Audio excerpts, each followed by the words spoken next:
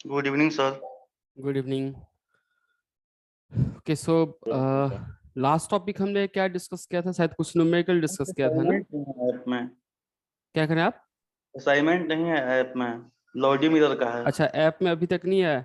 और ग्रुप में मैंने दिया हुआ था, ग्रुप में आप लोगों को मिला? सर कौन सा ग्रुप है, व्हाट्सएप पे या टेलीग्राम का? टेलीग्राम पे है वो। सर क्या क्या ग्रुप का नाम है? ग्रुप का आप किसी के पास लिंक है क्या? तो वो चैट में भेज दीजिए कॉपी करके। ऐड मेंबर का, हाँ सर लिंक तो है सर, भेज देता हूँ मैं। हाँ, वो चैट में भेजिए तो वो लोग अपना ज्वाइन कर लेंगे, वहां से मिल जाएगा आपको। ओके। अच्छा।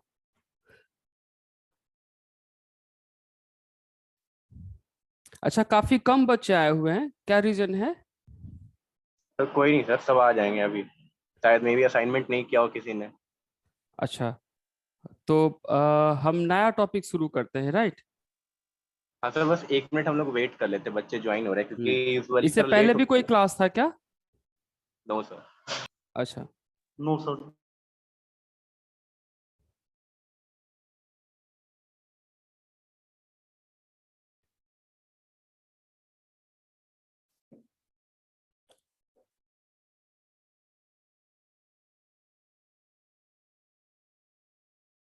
व्हाइट लाइट की इंटरफेरेंस हमने डिस्कस कर लिया है ना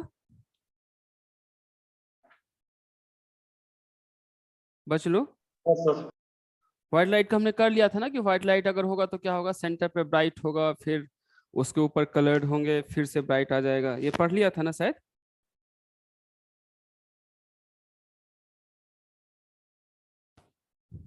यस। अच्छा।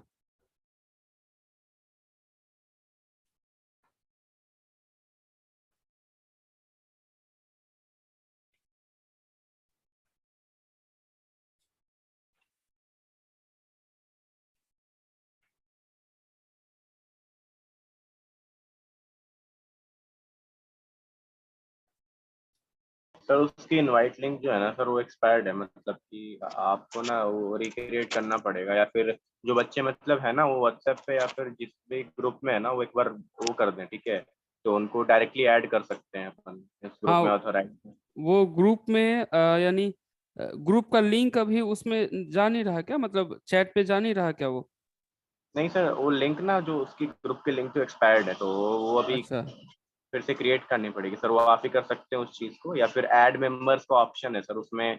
जो बच्चे मतलब ऐडेड नहीं है उनको पर्सनली ऐड कर सकते हैं, कोई भी ऐड कर सकता है जो ऑलरेडी उस ग्रुप में है। तो अच्छा, आप तो इसके लिए मुझे इसमें क्या करना पड़ेगा? अभी तो मैं एक नया लिंक भेज देता हूँ ग्रुप में, वो फिर आप लोग जैसे कॉपी करके यहाँ पे डाल हम्म, देता हूँ। मैं ग्रुप में अभी दोबारा भेज देता हूँ, आप फिर अपना उसको एक बार देखिए कि वो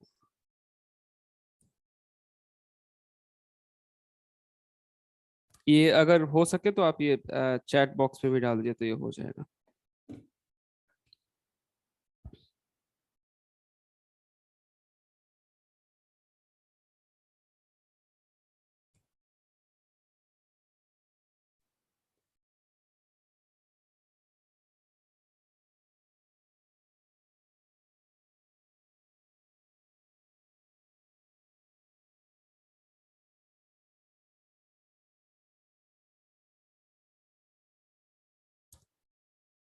ओके, सो हम नया टॉपिक शुरू करते हैं।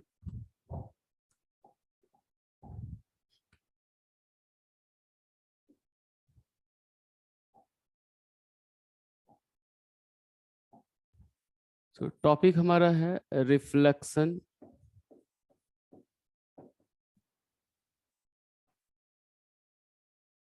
Of light rays.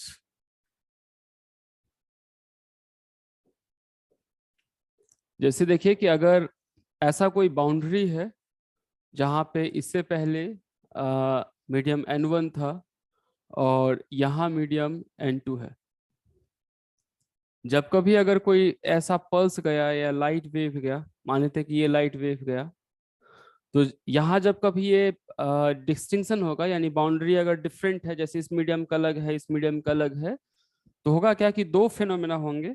एक पार्ट तो होगा कि लाइट यानी ट्रांसमिट हो जाएगा, थोड़ी सी एम्पलीट्यूड इसका चेंज हो सकता है। एक पार्ट हो सकता है कि क्या कि ये रिफ्लेक्ट हो जाएगा। तो ऐसे यानी जब कभी मीडियम चेंज होगा, जैसे ये जा रहा था तो मीडियम चेंज होगा तो एक पार्ट तो ट्रांसमिट हो जाएंगे और एक पार्ट जो होगा वो रिफ्लेक्ट बैक हो जाएगा उस मीडियम से, राइट। अब मान लेते हैं कि इसकी जो एम्पलीट्यूड था इंसिडेंट का, इसका एम्पलीट्यूड हम मान लेते हैं ई इंसिडेंस, और इसका जो एम्पलीट्यूड है इसे हम मान लेते हैं ई ट्रांसमिटेड, और इसका एम्पलीट्यूड को हम मान लेते हैं ई रिफ्लेक्शन। ऐसा तो होगा क्या कि अगर इसका एम्पलीट्यूड हमें पता हो, यानी इंसिडेंट का एम्पलीट्यूड पता हो, तो क्या हम ट्रांसमिटेड का बता सकते हैं कि कितना लाइट इंटेंसिटी जो होगा ट्रांसमिट होगा? क्या हम रिफ्लेक्टेड की बता सकते हैं कि कितना लाइट जो होगा वो रिफ्लेक्ट होगा? जैसे जब कभी अगर ये मिरर हो तो मिरर से पहले एयर है, इससे पहले मिरर है, मिरर पे मोस्ट ऑफ टाइम क्या होता है, लगभग 100% लाइट रिफ्लेक्ट कर जाता है। Yes sir. और ट्रांसमिटेड क्या होगा, जीरो होगा। जीरो। तो किसी सर्कमस्टांसेस में कितना रिफ्लेक्ट होगा कितना ट्रांसमिट होगा वो अगर हम पता करें तो होगा क्या कि यूजिंग फ्रेनेल्स इक्वेशन, फ्रेनेल ने एक इक्वेशन डिराइव किया था ऐसे सिचुएशन के लिए, amplitude of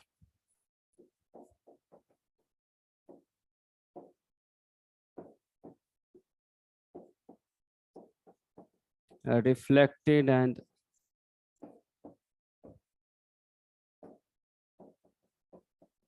transmitted rays is given by reflected के एम्पलीट्यूड का फॉर्मूला पता है क्या होता है, ई आर डिवाइड बाय ई आई, या फिर हम जस्ट इसके टर्म्स में लिखेंगे। रिफ्लेक्टेड का होता है क्या कि अगर पहले मीडियम का यानी एम्पलीट्यूड यानी रिफ्रैक्टिव इंडेक्स n1 था, दूसरे मीडियम का n2 है जहां से रिफ्लेक्शन हुआ है, तो divide by n1 minus n2 plus n2 यानी ये, और इनटू यहाँ पे ई आई हो जाता है ऐसा। सो ये रिफ्लेक्टेड एम्पलीट्यूड, रिफ्लेक्टेड का क्या एम्पलीट्यूड होगा वो इस फॉर्मूले से दिया जाता है। सिमिलरली ट्रांसमिटेड का आप बता सकते हैं या फिर ट्रांसमिटेड का यानी लिख सकते हैं, एंड ई टी का ट्रांसमिटेड एम्पलीट्यूड क्या होगा, तो ये होता है 2n1 और फिर यहाँ पे n1 प्लस n2 और यहाँ पे ये ई आई ऐसा। सो ट्रांसमिटेड का ये होगा, रिफ्लेक्टेड का एम्पलीट्यूड ऐसा होगा। ये फॉर्मूले हमें बहुत जगह काम आएंगे, जहां कभी हमें ट्रांसमिटेड या रिफ्लेक्शंस हो रहा हो तो वहां पे एम्पलीट्यूड क्या होगा उस जगह ये काम आ जाएगा। इसी तरीके से ये एम्पलीट्यूड का था। इंटेंसिटी की अगर हम बात करें तो इंटेंसिटी लिखा जा सकता है, इंटेंसिटी का रिलेशन यानी intensity of reflected divide by intensity of transmitted, ये दिया जा सकता है n1 minus n2 divide by n1 plus n2 और फिर सबका स्क्वायर ऐसा। इस चीज को रिफ्लेक्शन कोफिशिएंट कहा जाता है, आर को रिफ्लेक्शन कोफिशिएंट कहा जाता है, राइट। आर ऐसा होगा।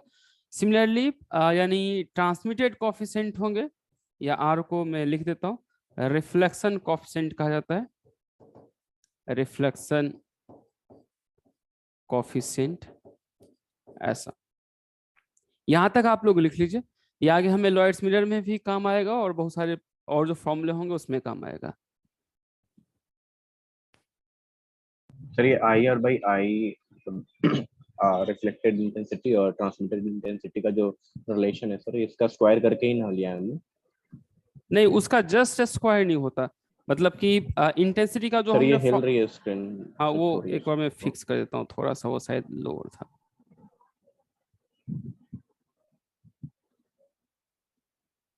शायद अब ठीक है ना? Yes sir, it is good.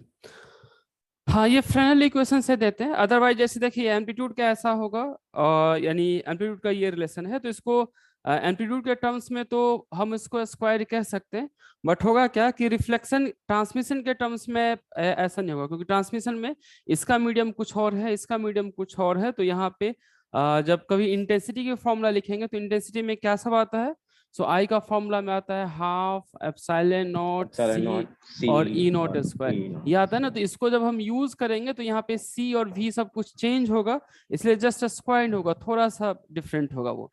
तो अभी आप ये ईएमटी में शायद ये टॉपिक डिटेल से पढ़ेंगे, अभी आप हमें ऑप्टिक्स में यूज करना है। तो फॉर्मूला आप लिख लीजिए कि एम्पलीट्यूड का ऐसा होगा, यानी रिफ्लेक्टेड एम्पलीट्यूड का ट्रांसमिटेड एम्पलीट्यूड का ऐसा होगा, इस दोनों का जो रेशियो होगा यहाँ पे तो आपको लग रहा होगा कि ये यानी जैसे एम्पलीट्यूड का स्क्वायर है, तो इसको हम रिफ्लेक्शन कोएफिशिएंट कहते हैं। एक और ट्रांसमिशन कोएफिशिएंट की अगर हम बात करें सिमिलरली,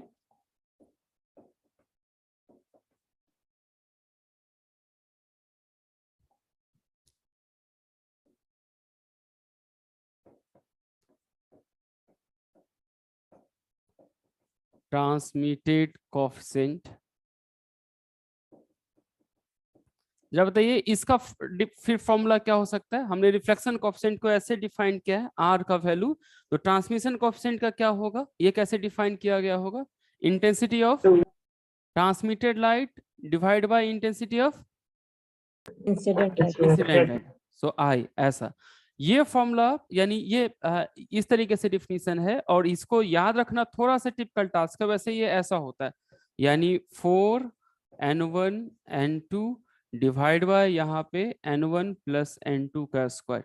अब जैसे देखिए कि एम्पलीट्यूड के टर्म्स में अगर मैं कहूँ तो एम्पलीट्यूड के टर्म्स में तो इसका स्क्वायर दिख रहा है, बट यानी ट्रांसमिट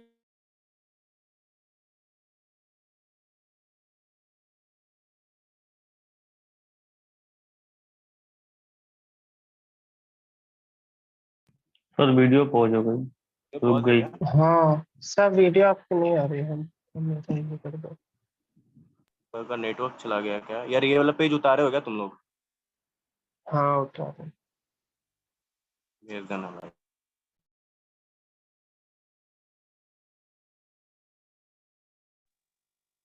हाँ चले गए वीडियो है।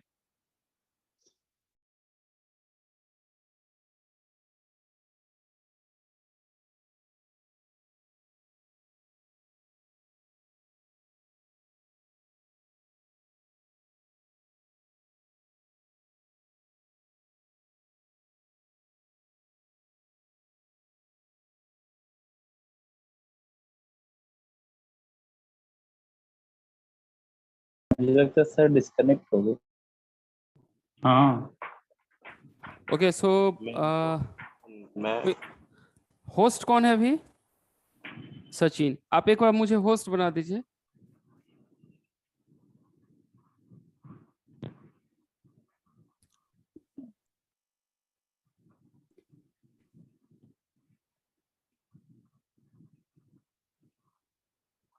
ओके, मुझे बताइए कि ये वाला पार्ट समझ में आ गया है।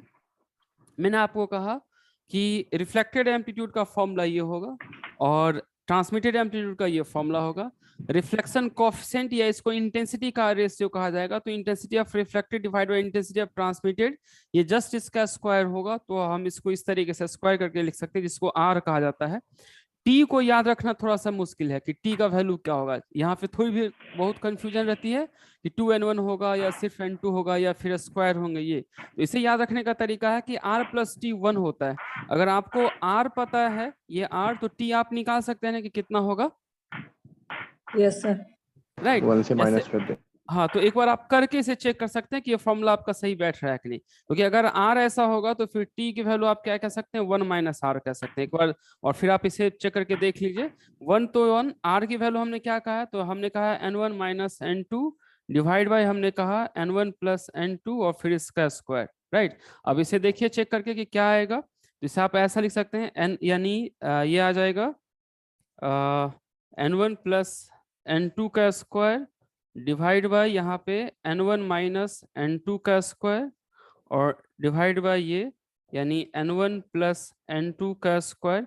जब इसको सॉल्व करेंगे तो आपको क्या लग रहा है, क्या आ जाएगा, ये 4n1 n2 आ जाएगा।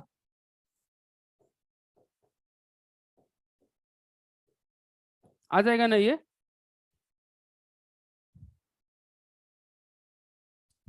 यस सर, ऐड हो गया। यस सर आ जाएगा। सर एक बार प्रीवियस स्लाइड सर करेंगे। तो इसका मतलब क्या हुआ कि आप ना इस r का फॉर्मूला याद रख लीजिए, क्योंकि ये एम्पलीट्यूड का जस्ट स्क्वायर है।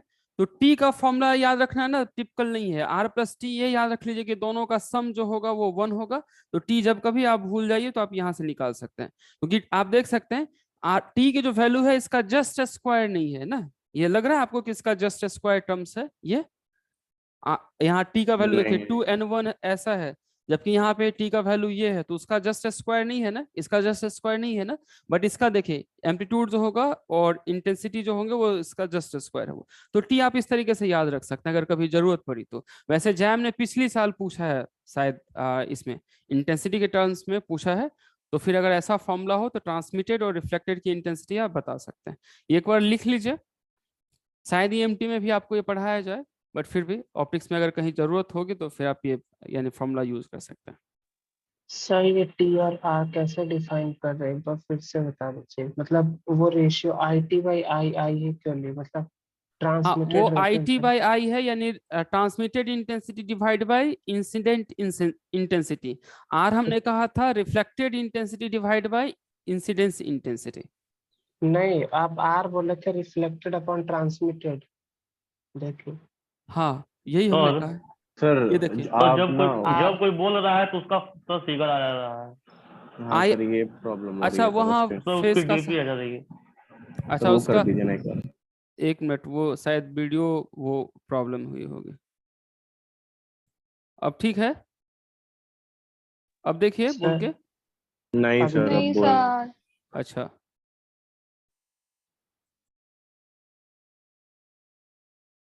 अब ठीक है। यस सर अब तो हाँ लग अब नहीं ठीक है। हाँ ठीक अब है। ओके। तो सर ये हाँ आई बताइए। आर बाई आई टी होगा या आई आर बाई आई आई होगा, आर की वैल्यू। ये आई है। अच्छा यहाँ आपको हाँ टी दिख रहा है, सॉरी। ये आई आई है। हाँ ये आई आई।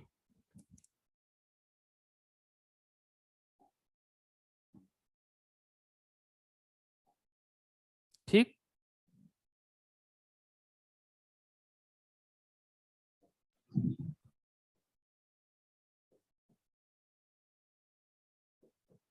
ये रिफ्लेक्टेड इंटेंसिटी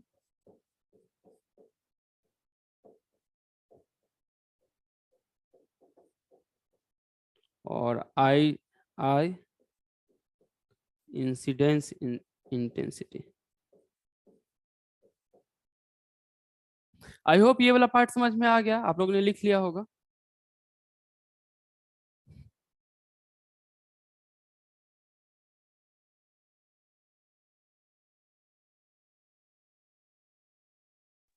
तब तो। सर एक हेलो बार सर। पीछे वाला स्लाइड दिखा देंगे, स्क्रीनशॉट लेने।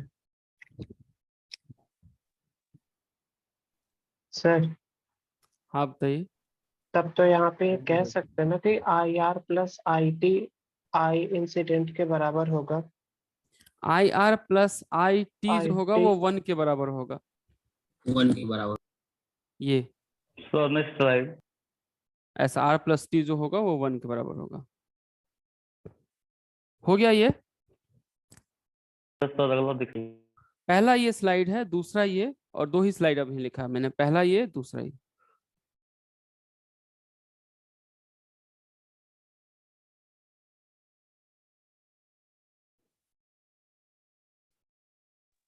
सर हम आर की बात नहीं कर रहे हैं, आर और टी नहीं कर रहे, हम बोल रहे हैं incident of reflected ray plus incident plus intensity of transmitted ray equal to intensity of incident रे।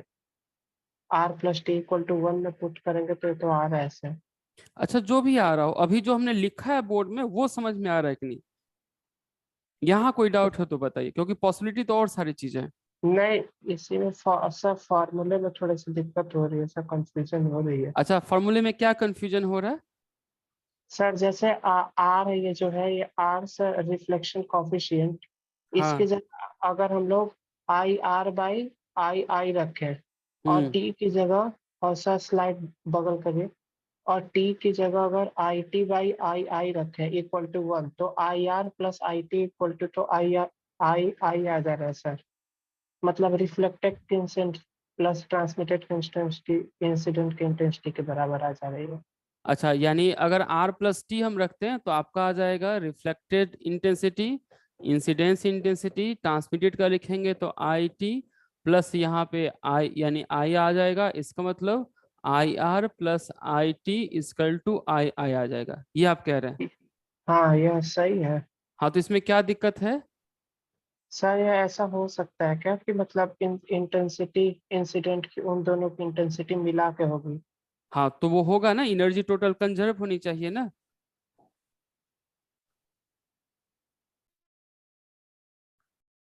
क्लियर है ये? अभी देखिए, अभी जो हमने लिखा है उसमें कोई डाउट है तो बताइए, जो मैंने डिफाइन किया है। नहीं सर। ठीक, कहीं एक दूसरे को क्रॉस कर रहा है तो फिर बताइए। पॉसिबिलिटी और भी सारी चीजें हो सकती है, डिफरेंट डिफरेंट। ओके, सो फिर अभी हमने ऐसा कहा, अब इसके एक हम ये कह सकते हैं कि जब कभी लाइट, जैसे यहाँ देखिए, यहाँ हमने अभी क्या डायग्राम बनाया है कि लाइट अगर ऐसे जा रहा था तो ये रिवर्स हो गया, इसका एम्पलीट्यूड ये अपवर्ड है, यानी इसका एम्पलीट्यूड अभी ऊपर है, यहाँ भी इसका एम्पलीट्यूड ऊपर है, बट इसका एम्पलीट्यूड मैंने नीचे ड्रॉ किया। तो समटाइम्स क्या होता है कि ये यानी रिफ्लेक्ट होकर के ये रिवर्स हो जाता है, समटाइम रिवर्स नहीं भी होता है। तो सिचुएशन हम क्या डिस्कस कर सकते हैं, लॉयड्स मिरर में हमें ये टॉपिक अभी क्यों पढ़ना पड़ रहा है, जब कभी लाइट रेज डेंसर मीडियम से रिफ्लेक्ट होगा तो उसमें फेज चेंज पाई हो जाएगा, एडिशनल फेज चेंज पाई हो जाएगा। सो यहां से एक हम यानी पॉइंट लिख लेते हैं कि phase change due to reflection, कि कभी जब कभी रिफ्लेक्शन होता है तो फेज चेंज क्यों होता है, ये इस बात पे हम डिस्कस कर लेंगे। जैसे देखिए कि अगर मान लेते हैं कि ऐसा कोई एक इंटरफेस है, यानी यहाँ अगर हमने कहा कि ये कोई मीडियम N1 है और यहाँ पे N2 मीडियम है, और सपोज कीजिए कि लाइट इस पे इस तरीके से फॉल कर रहा, यानी ये नॉर्मल है, और लाइट रेज अगर इस पे ऐसा आया, यानी ऐसा लाइट रेज आया ऐसा, और फिर ये इस तरीके से रिफ्लेक्ट हो गया, और मान लेते हैं ऐसा कि ऐसा ये ट्रांसमिट हो गया। तो इसकी इंटेंसिटी जो होगी वो अभी आई आई होगी, इंटेंसिटी यानी इंटेंसिटी ऑफ इंसिडेंट रेज। इसकी इंटेंसिटी क्या होगी बच्चों लोग, इसको हम क्या कहेंगे, आई आर कहेंगे, इंटेंसिटी ऑफ और इसकी रिफ्लेक्टेड इंटेंसिटी ट्रांसमिटेड की intensity I transmitted, T. Right. और होगा क्या, इसकी इंटेंसिटी इस दोनों का क्या हो जाएगा, सम हो जाएगा। Yes sir. ठीक, और अब हमें करना क्या है कि इसमें जैसे ये जब मूव करेगा तो फेज चेंज होगा, जितना पाथ मूव करेगा उतना फेज चेंज हो जाएगा। ये भी जब यानी डिस्टेंस कवर करेगा तो फेज चेंज होगा डिस्टेंस कवर के कारण। बट एक चीज और होगा, क्योंकि अभी ये लाइट रेज रिफ्लेक्ट हो गया, ये लाइट रेज अभी रिफ्लेक्ट हुआ है, तो रिफ्लेक्ट होने के कारण एक एडिशनल यानी फेज चेंज होगा। तो यहाँ पे एक एडिशनल फेज चेंज, डेल्टा को कहेंगे एडिशनल फेज चेंज, और ये पाई हो सकता है, वहां पे पाई हो जाएगा। पाई कब होगा ये एडिशनल फेज चेंज, अगर हम इसमें कहेंगे कि if n1 is less than n2, यानी n1 अगर लेस देन है, इसका मतलब ये कौन सा मीडियम होगा, ये रेयर मीडियम होगा। और फिर अगर ये यानी ये मीडियम कौन सा होगा, डेंसर मीडियम होगा। तो अगर लाइट रेज आया और अगर वो डेंसर मीडियम से रिफ्लेक्ट हो जाएगा तो फिर डेल्टा ए पाई हो जाएगा। ये चीज सबको समझ में आया कि डेंसर मीडियम से रिफ्लेक्ट होगा तो डेल्टा ए पाई होगा। और क्यों ये होगा जो सर? भी ये जो भी ट्रांसमिटेड रेज है, ये जो भी ट्रांसमिटेड रेट है, इसमें कोई फेज चेंज नहीं होगा, यानी इसका फेज चेंज जीरो होगा। वो किसी भी सर्कमस्टांसेस में ट्रांसमिटेड रेज का फेज चेंज हमेशा जीरो होता है, वो रेयर से डेंसर जाए या डेंसर से रेयर जाए। इसको ग्राफिकली हम ऐसे समझ सकते हैं कि अगर सपोज कीजिए कि यहाँ से एक पल्स ऐसा ऊपर की तरफ था, कि पल्स ऊपर आया, तो यहाँ पे जो पल्स होगा वो नीचे हो जाएंगे, रिवर्स हो जाएंगे, क्योंकि फेज पाई से हुआ है। बट इसका पल्स क्या रहेगा, अगर ये नहीं चेंज हुआ तो इसका पल्स ऊपर ही रह जाएगा। क्लियर है बच्चों लोग? सर रिफ्लेक्शन में ही ऐसा क्यों हो रहा है ना, क्योंकि मतलब वो रिफ्लेक्ट कर रहा है। हाँ, रिफ्लेक्ट हो रहा है तो फिर वो यानी यहाँ से बाउंस बैक कर रहा है, तो फिर उसके फेज जो होंगे पाई चेंज हो जाएंगे, प्रोवाइडेड क्या ये डेंसर से हो। इसे थोड़ा सा ना मैथमेटिकली, पहले तो एक बार हम इसका कॉन्सेप्ट लिख लेते हैं, फिर इसका मैथमेटिकली प्रूफ लिख लेते हैं कि कॉन्सेप्ट आपको हमेशा याद रहे। तो हम लिख लेते हैं कि if light rays reflected from denser surface, an additional phase change, an additional phase change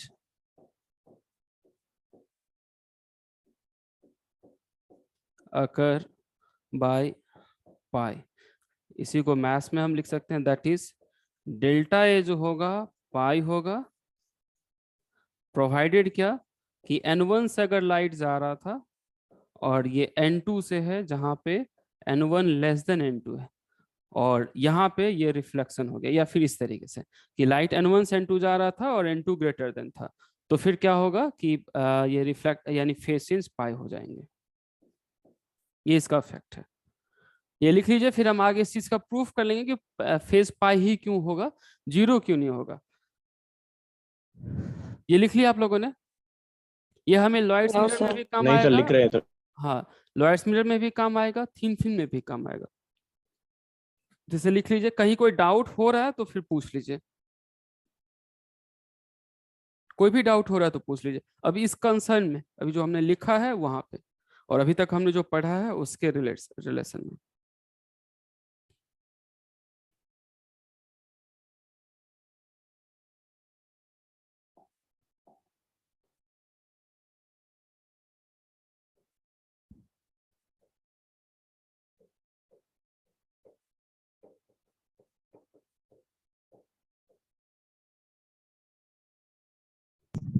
sir reflected sorry transmitted में सर फेस चेंज इसलिए क्यों मतलब नहीं ले रहे हैं, क्योंकि इंटेंसिटी तो चेंज हो रही है ना सर, तो हम क्या कह सकते हैं, एम्पलीट्यूड डिके कर रहा है या फिर कुछ और? मैं अभी इसे प्रूफ कर लूंगा तो फिर शायद वो वहां चीजें क्लियर हो जाएगी। Okay sir. बट आपको अगर याद रखना है तो फिर ये पार्ट याद रखना है कि यानी न्यूमेरिकल सॉल्व करने के लिए बस इतना जरूरी है। वो बस इसलिए कि हाँ कभी कभी कंफ्यूजन बना रहता है कि ऐसा क्यों नहीं हुआ, उसके लिए हम इसका प्रूफ देख लेंगे। अदरवाइज याद बस आप इतना रखिए कि अगर डेंसर से रिफ्लेक्ट होगा तो फेज चेंज पाया होगा, रेयर से रिफ्लेक्ट होगा तो कुछ नहीं होगा। या यहाँ वो पूरा पार्ट भी यहाँ लिख ही लेते हैं कि additional phase change delta A zero होगा, additional phase change due to reflection if n1 is greater than n2। यानी अगर ये डेंसर से रिफ्लेक्ट हुआ तब तो होगा, रेयर से रिफ्लेक्ट हो तब नहीं होगा, वो तब डेल्टा ए जीरो हो जाएंगे। वो भी एक लिख लीजिए, that is no phase change if reflected from rear surface। और यहां मैंने कहा डेल्टा ए जीरो होगा तो transmitted no phase change ever, इसमें फेज चेंज कभी होता ही नहीं है। ये तीन पार्ट समझ में आ गया। फेज चेंज पाई हुआ डेंसर से, फेज चेंज जीरो हुआ रेयर से, और फेज चेंज कभी नहीं होगा अगर वो ट्रांसमिट हो रहा है तो। ये दो फैक्ट समझ में आ गए? Yes sir. ठीक है, लिख लीजिए। कोई डाउट है तो बताइए। ये हो गया तो फिर बताइए हम नेक्स्ट पेज पे मूव करें। लिख लिया सर। Okay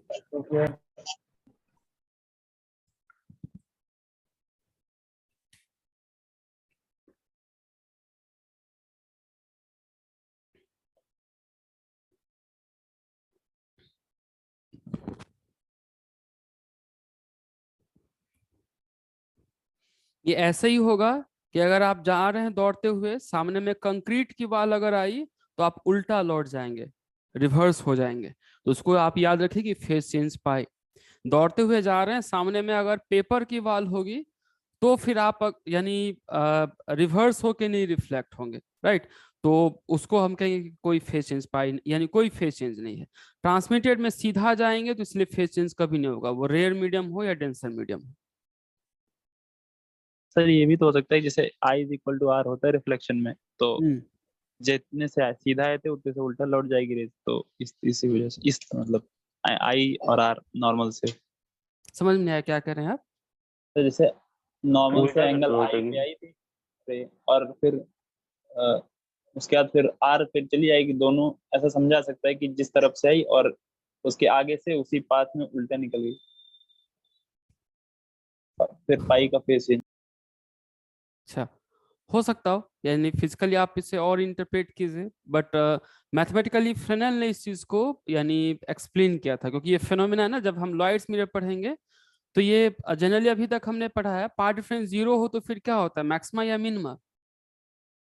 maximum. मैक्सिमा। अगर कहीं पाथ डिफरेंस 0 हो करके मिनिमा हो रहा हो, डार्क हो रहा हो, तो फिर आप क्या सोचेंगे? कुछ भी नहीं। अपोजिट फेज में। क्या कुछ हुआ है? जैसे देखिए, अगर मान लेते हैं कि ऐसा मिरर है और यहाँ ना हम बल्ब रख दें, अगर मिरर नीचे हमने रखा, यहाँ बल्ब रखा, तो मिरर के जस्ट ऊपर आपको क्या लग रहा है, डार्क होगा या ब्राइट? मिरर के जस्ट सामने में ऊपर आपको क्या दिखाई दे, दीवार यानी छत पे क्या दिखाई देगा, ब्राइट दिखाई देगा या डार्क दिखाई देगा? राइट। ब्राइट ना, ऐसा दिखाई देगा। बट यहाँ पे क्या होता है, डार्क बन जाता है। ये बल्ब है, बल्ब के जस्ट सामने छत पे डार्क दिखाई देता है। ये चीजें हम नहीं एक्सप्लेन कर सकते हैं। ये तभी एक्सप्लेन कर सकते हैं जब हम फ्रेनेल की बात मान ले कि जब कभी डेंसर से रिफ्लेक्ट होगा तो फेज चेंज पाई हो जा रहा है, राइट। सो ये फिनोमेना पहले थी, ऑब्जर्व हुआ ऐसा जो स्ट्रेंज फिनोमेना थी कि ये बल्ब है और बल्ब के सामने अंधेरा क्यों है। जैसे अगर देखिए, अभी हमने मिरर नहीं रखा तो बल्ब के सामने जस्ट दीवार में बल्ब का यहाँ से लाइट जाएगा और यहाँ आपको एक ब्राइट पॉइंट दिखाई देगा। यहाँ आप मिरर रख दीजिए तो यही जहाँ पे ब्राइट होना चाहिए वहां पे आपको क्या हो जाएगा, वो डार्क हो जाएगा। जो अजीब फिनोमेना है ना, उसको हम जनरली नहीं कह सर सकते। समझा तो नहीं सर, एक बार फिर से तो रिपीट करेंगे, मिरर कहाँ पे रखा है वो क्लीन। ये अच्छा, ये पार्ट समझ में नहीं आया क्या? हाँ मतलब। हाँ, ये देखिए फेनोमेना क्या होता है, जहां से पता चला था कि हाँ यानी रिफ्लेक्शन के कारण भी कुछ होता है। जैसे देखिए कि ये एक मिरर है, ये, और यहाँ हमने एक बल्ब रखा है, ये बल्ब रखा है। ये पार्ट समझ में आया कि मिरर के ऊपर एक Yes, sir. बल्ब है, ठीक। अब बल्ब से जस्ट ऊपर चलिए, मूव कीजिए, और सामने में एक छत समझिए कि ये एक छत है, राइट। मुझे बताइए, बल्ब के जस्ट सामने में यहाँ पे आपको ब्राइट स्पॉट दिखाई देगा या डार्क स्पॉट दिखाई देगा? बल्ब के जस्ट सामने में छत पे ब्राइट दिखाई देना चाहिए सर। सबको क्या लग रहा है, ब्राइट दिखाई देगा या डार्क? आपके कॉन्सेप्ट से डार्क, हम लोग के कॉन्सेप्ट से ब्राइट। वहां आपको दिखाई क्या देगा, डार्क या ब्राइट? तो होगा क्या कि जनरली एक्सपेक्टेशन क्या है कि बल्ब के जस्ट सामने हमें ब्राइट दिखाई देगा, ठीक। आप क्या कीजिए कि वहां पे मिरर डाल दीजिए, मिरर आते ही फिर क्या हो जाएगा कि वहां पे डार्क हो जाएगा, जबकि होना क्या चाहिए था, मिरर आने के बाद तो इसकी ब्राइटनेस और बढ़ जानी चाहिए थी ना। सर मिरर मतलब या रिफ्लेक्टिंग सरफेस, कोई भी किसी भी टाइप का रिफ्लेक्टिंग सरफेस। हाँ हाँ, मिरर या फिर कोई भी जहां से रिफ्लेक्शन हो जाए वो। तो होगा क्या कि मिरर से पहले यहाँ पे ब्राइट है, बट मिरर लाते ही यहाँ पे डार्क है। इसका मतलब हुआ क्या, तो जो रेज सीधा जा रहा था यानी बल्ब से सीधा, और एक रेज जो रिफ्लेक्ट होके जाएगा, उस दोनों में फेज पाई का चेंज हो जाएगा, इसलिए वहां पे डार्क हो जाएगी वो। तो इसी चीज को फ्रेनेल ने इक्वेशन के टर्म्स में फिर समझाया था। ओके, सो यहाँ हमने अभी कहा कि ऐसा होता है, रिफ्लेक्टेड में फेज पाई की चेंज होती है। मैथमेटिकली की अगर हम बात करें ऐसा पे, जिसे प्रूफ आपको रिवीजन करने की जरूरत नहीं है, बट ये यानी वो समझने में इजी रहेगा कि हम कैसे कह देते हैं कि फेज पाई चेंज है। So let incident equation is, incident equation का रिलेशन लिखना चाहे तो क्या लिखा जा सकता है, या इसको स्मॉल आई से डिनोट करते हैं कि थोड़ा सा इजी रहेगा। ये इंसिडेंस इक्वेशन क्या लिखा जा सकता है, इसका कोई एम्पलीट्यूड होगा ना, ई नॉट, और उसके बाद फिर हम ऐसा कह सकते हैं साइन के जेड माइनस ओमेगा टी, ऐसा, ठीक। ये इंसिडेंस का है। तो रिफ्लेक्टेड का एम्पलीट्यूड क्या होगा, रिफ्लेक्टेड रेज का एम्पलीट्यूड सर कुछ अलग होगा। सो रिफ्लेक्टेड का हम माइनस ऐसा कह ना, सकते हैं ई आर, और फिर यहाँ पे क्या होगा, रिफ्लेक्टेड का एम्पलीट्यूड होगा, और इनटू यहाँ पे साइन के जेड माइनस ओमेगा टी, ऐसा लिखा जा सकता है बच्चे लोग। कोई दिक्कत है किसी को? रिफ्लेक्ट बैक अगर नहीं हो रहा तो हाँ सर लिख सकते हैं। हाँ लिख सकते हैं। अब होगा क्या, ई आर और ई नोट में क्या रिलेशन है, जैसे अगर मैं यानी ई आर रिफ्लेक्टेड एम्पलीट्यूड लिखना चाहूँ, बट रिफ्लेक्टेड एम्पलीट्यूड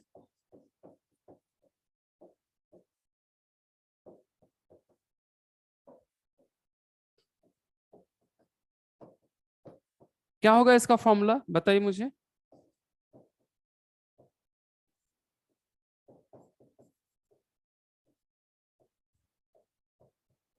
ये होगा या ई नॉट, ऐसा हम लिख सकते हैं बच्चा। Yes sir, A not sir intensity उसकी है ना, मतलब एम्पलीट्यूड है इंसिडेंट वाले का। हाँ, अब अगर मुझे बताइए कि if rays reflected from denser surface, from denser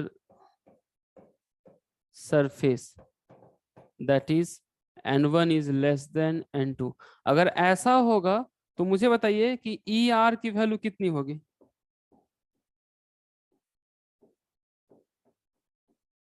reflected amplitude का वैल्यू कितना होगा? इसको आप ऐसा कह सकते हैं माइनस, और यहाँ पे n2, या पहले फॉर्मूला हम लिख लेते हैं। फॉर्मूला हमारा है n1, इसे लिख सकते हैं minus n2 minus n1 divide by n1 plus n2। लिखा जा सकता है बच्चे लोग? लिखा जा सकता है अगर n1 लेस देन n2 है तो? सर उसको पॉजिटिव करने के लिए Yes. लिखा है ना बस हमने।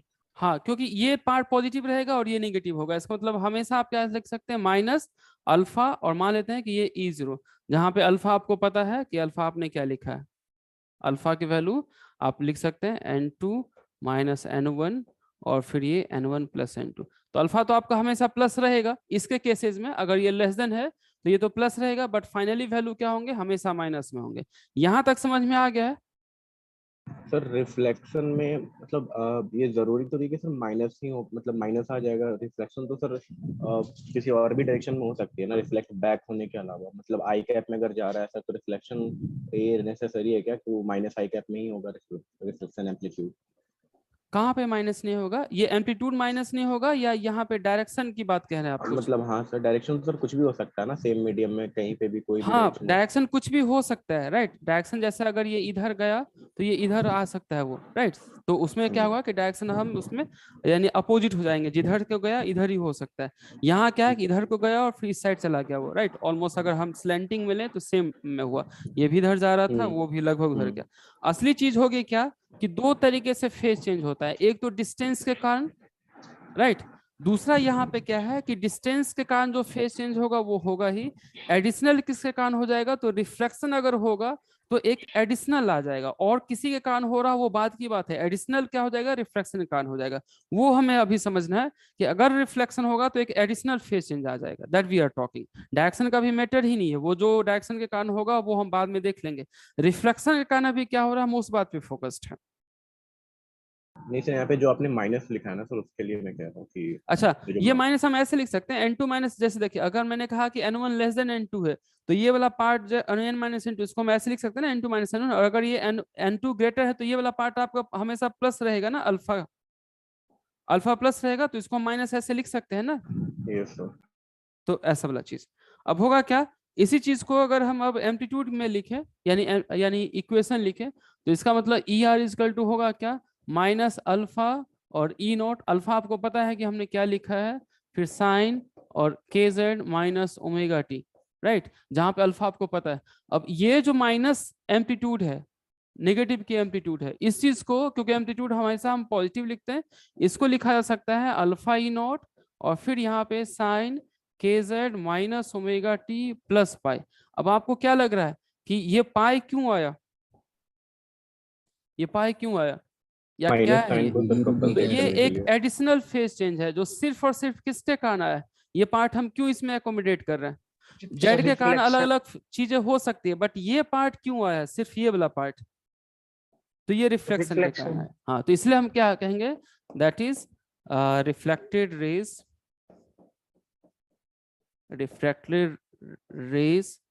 from denser surface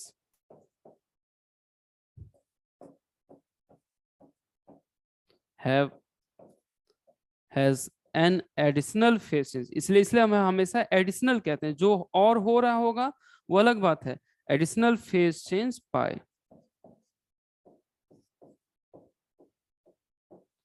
पाई, और हम इसे कहेंगे एडिशनल पाथ चेंज कितना होगा, lambda by 2। Path change lambda by 2, right. ऐसा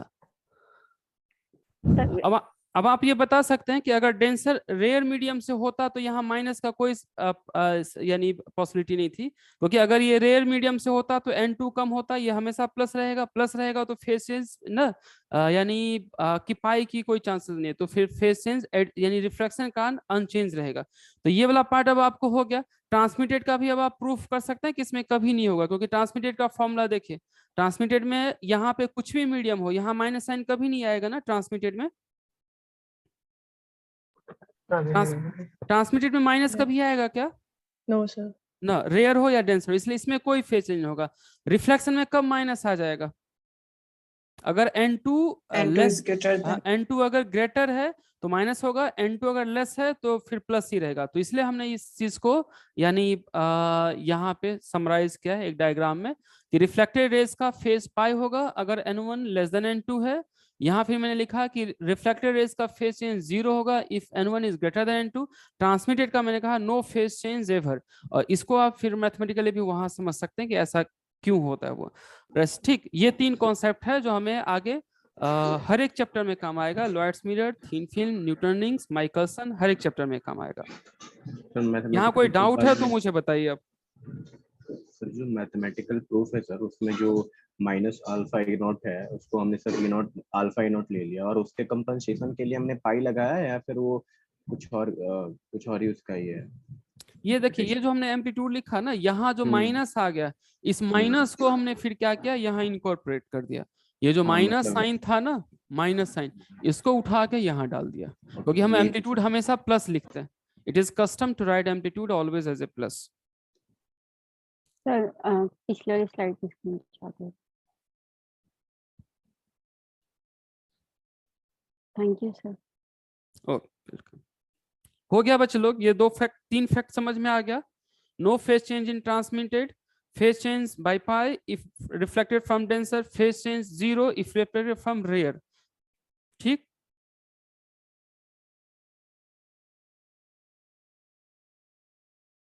क्लियर है ये?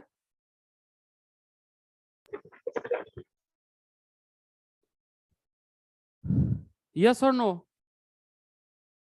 Yes sir. Yes sir, clear. ठीक, अब लॉयड्स मिरर की बात करते हैं।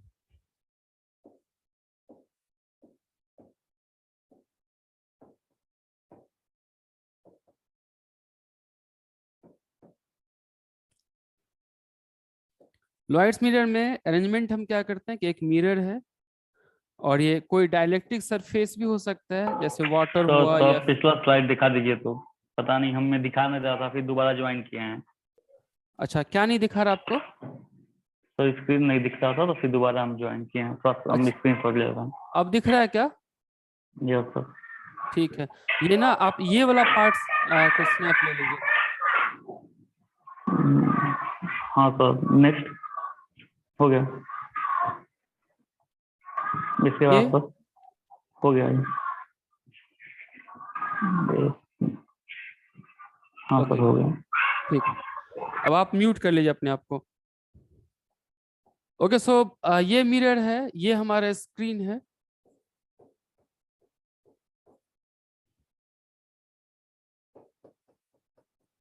स्क्रीन के ऊपर हमने एक सोर्स रखा है ऐसा, लेट ये S1 है और ये सोर्स अभी हमारा पॉइंट सोर्स है। पॉइंट सोर्स कैसा लाइट जनरेट करता है बच्चों लोग? स्फेरिकल तो फिर होगा क्या कि यहाँ से लाइट रेज स्फेरिकल निकलेगा ऐसा, बट ये लाइट धीरे धीरे यानी अब मान लेते हैं कि कोई पॉइंट P की हम बात कर रहे हैं यहाँ पे, ये अगर कोई पॉइंट P है तो यहाँ लाइट कैसे जाएगा, तो एक लाइट रेज तो डायरेक्ट जाएगा यहाँ से ऐसा, एक लाइट रेज यहाँ डायरेक्ट जाएगा। दूसरा लाइट रेज वहां पे कैसे जा सकता है, तो दूसरा लाइट रेज जो वहां से रिफ्लेक्ट होके जाएगा, राइट? ऐसा कि एक तो यहाँ पे फॉल हुआ और यहाँ के बाद फिर कैसा होगा कि ये रिफ्लेक्ट होके गया ये। और प्रोसेस क्या होगी कि यहाँ से जो ये लाइट है यानी स्फेरिकल जा रहा था तो फिर स्फेरिकल इस तरीके से जाएगा, यही स्फेरिकल की साइज धीरे धीरे बढ़ती जाएगी। यहाँ भी एक क्या होगा कि ये जब स्फेरिकल यानी इंक्रीज होगा तो यहाँ से भी फिर जब ये यानी यहाँ से भी जाएगा धीरे धीरे लार्ज डिस्टेंस पे। जैसे अगर मैं स्क्रीन काफी दूर रखता हूँ, अगर d काफी लेस देन कैपिटल D है तो लार्ज डिस्टेंस पे स्क्रीन पे जाते जाते क्या बन जाएगा यही light rays? Plane wave. Plane बन जाएगा ना। लार्ज डिस्टेंस हो तो धीरे धीरे ये प्लेन बन जाएगा यहाँ पे। तो इस तरीके से ये फिर अपना मूव करता जाएगा। और ये होगा क्या कि यहाँ पे कॉन्सेप्ट क्या हुआ कि इन लॉयड्स मिरर, बताइए कि कोहेरेंट सोर्स कैसे बनता होगा? पहले तो आपको लग रहा है कि एक सोर्स से इंटरफेरेंस होगा, ये आपस में इंटरफेरेंस पॉसिबल है? हाँ, जैसे देखिए ये जो लाइट गया वो यहां से गया, और ये जो लाइट है वो कहां से है? तो एक्चुअली ये जो वेव फ्रंट है वही यहाँ पे क्या हो जाता है, आके स्प्लिट हो जाता है। इसे आप काफी छोटा अगर हम बनाए तो शायद पॉसिबल है। देखिए यहाँ सोर्स हमने रखा, तो होगा क्या कि जब ये यानी वेव फ्रंट जनरेट करता है तो एक ऐसा किया, फिर एक ऐसा किया, फिर यानी एक ऐसा किया, ऐसा होगा क्या कि इसमें एक तो ये ऐसे लाइट चला गया यहाँ से सीधा डायरेक्टली ये ऐसे, और यहाँ जो ये लाइट दबी ना, ये जो लाइट इसका वेव फ्रंट हुआ वो वहां से क्या हो जाता है कि स्प्लिट हो जाता है, और फिर यहाँ से ये इस पॉइंट पे मूव करेगा। ये जो अगर हुआ यहाँ वाला तो फिर ये क्या करेगा कि इस पॉइंट पे मूव करेगा। तो यही जो वेव फ्रंट है जो यहाँ पे ऑब्स्ट्रक्टेड हो रहा है वो एक सेकेंडरी वेवलेट बन जाता है, और फिर इस तरीके से ये मूव करता है। तो होगा क्या कि अब अगर हम इस बात पे देखें, यानी ये रेज और ये रेज आपको लग रहा है कि एक ही वेव फ्रंट का पार्ट है यस सर। ना। जैसे अगर सपोज कीजिए यहां से कोई निकल रहा होगा इस वाले पॉइंट से ये, और आपको लग रहा है कि ये रेड भी इसी वाले वेव फ्रंट से निकल रहा है जो दब गया है वहां से यस सर। ना। तो होगा क्या कि इसमें भी डिवीजन ऑफ वेव फ्रंट से ही क्या होता है, यानी कोहेरेंट सोर्स निकलता है। इसलिए हम क्या करते हैं कि पॉइंट सोर्स रखते हैं और काफी पास रखते हैं, पॉइंट सोर्स को मिरर के काफी पास रखते हैं, राइट। तो होगा क्या कि इन लॉयड्स मिरर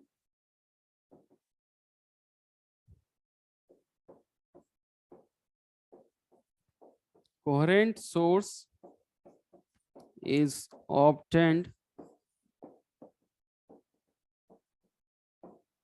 by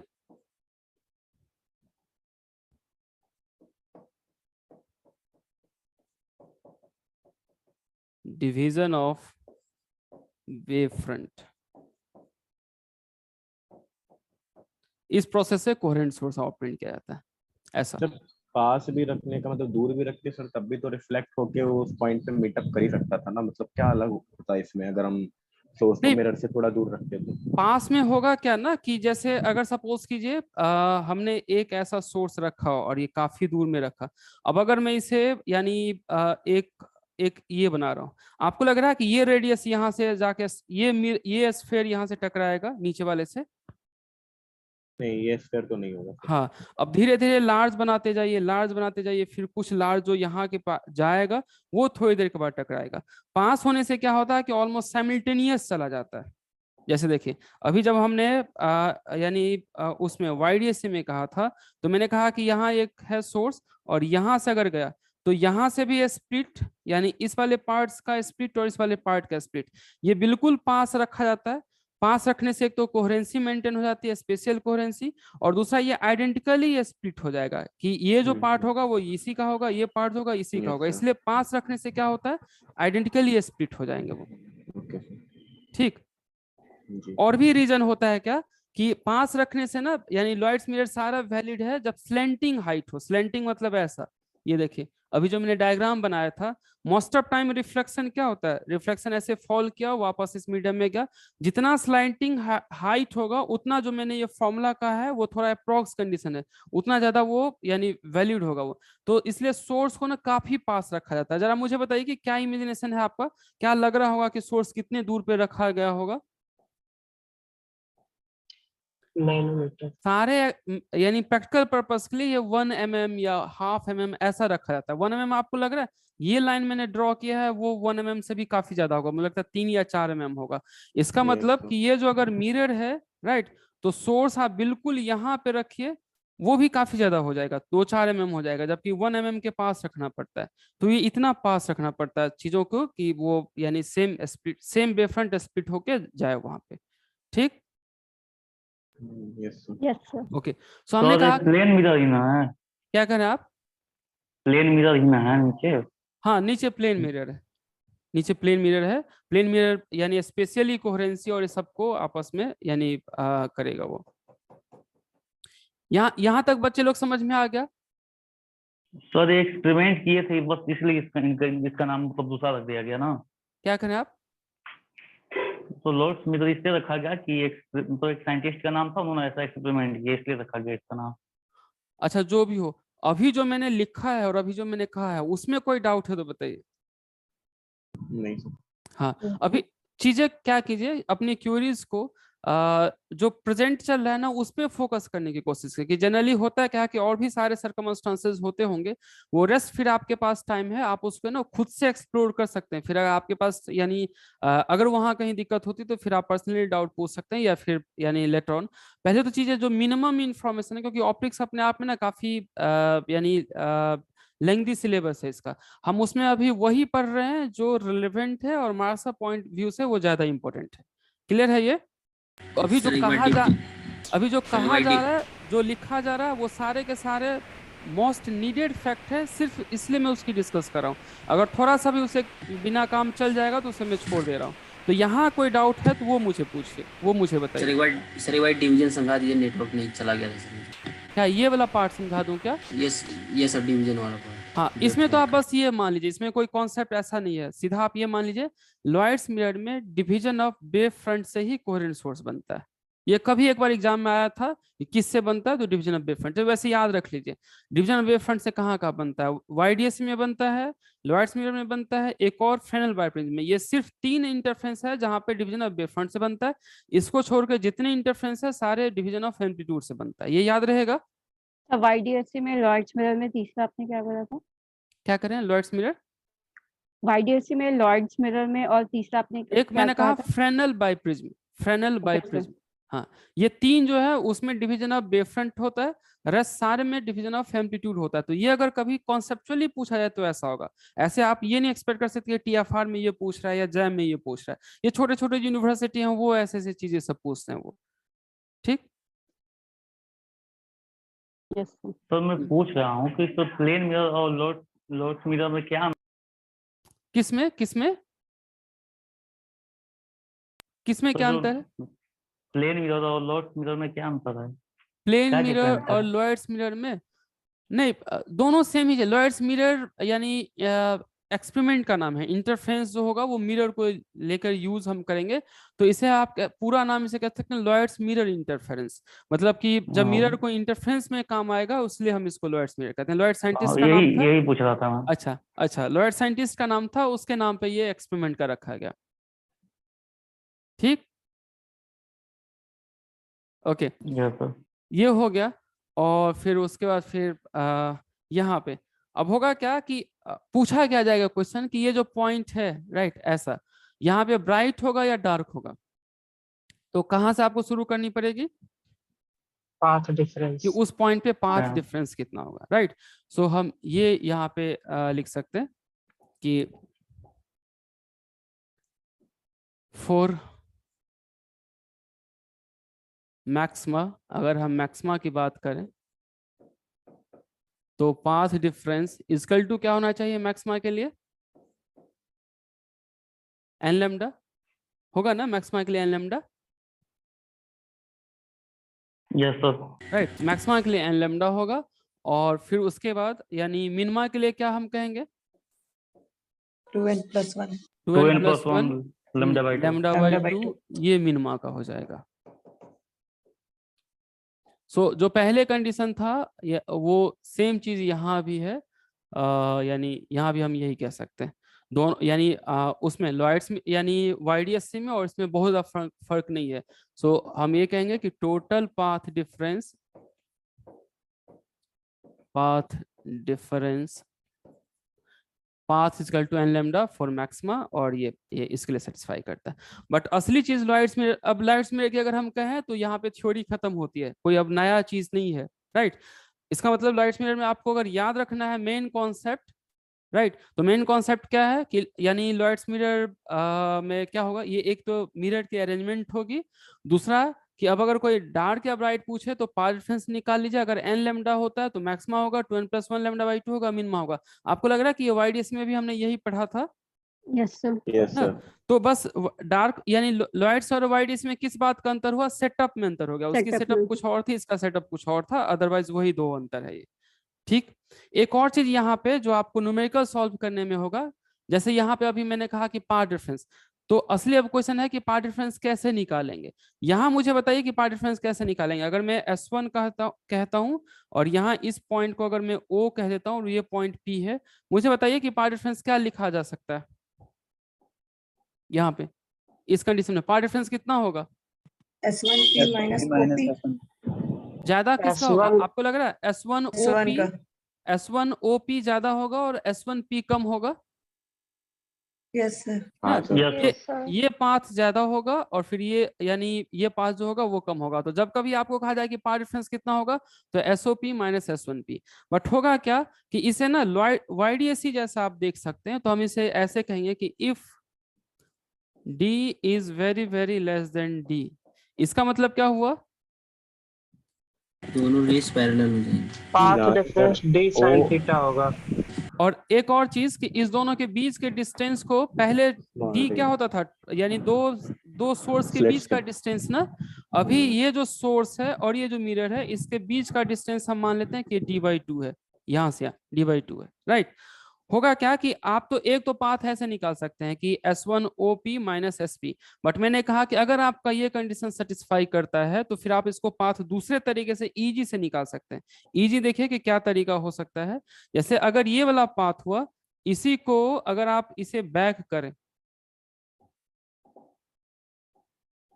इसी पाथ को अगर आप पीछे ट्रेस करें, राइट, और फिर इस चीज को मिला दीजिए यहां से यहाँ, ये राइट। अब देखिए कि क्या है, यानी अगर ये एंगल थीटा है तो आपको क्या लग रहा है ये एंगल कितना होगा?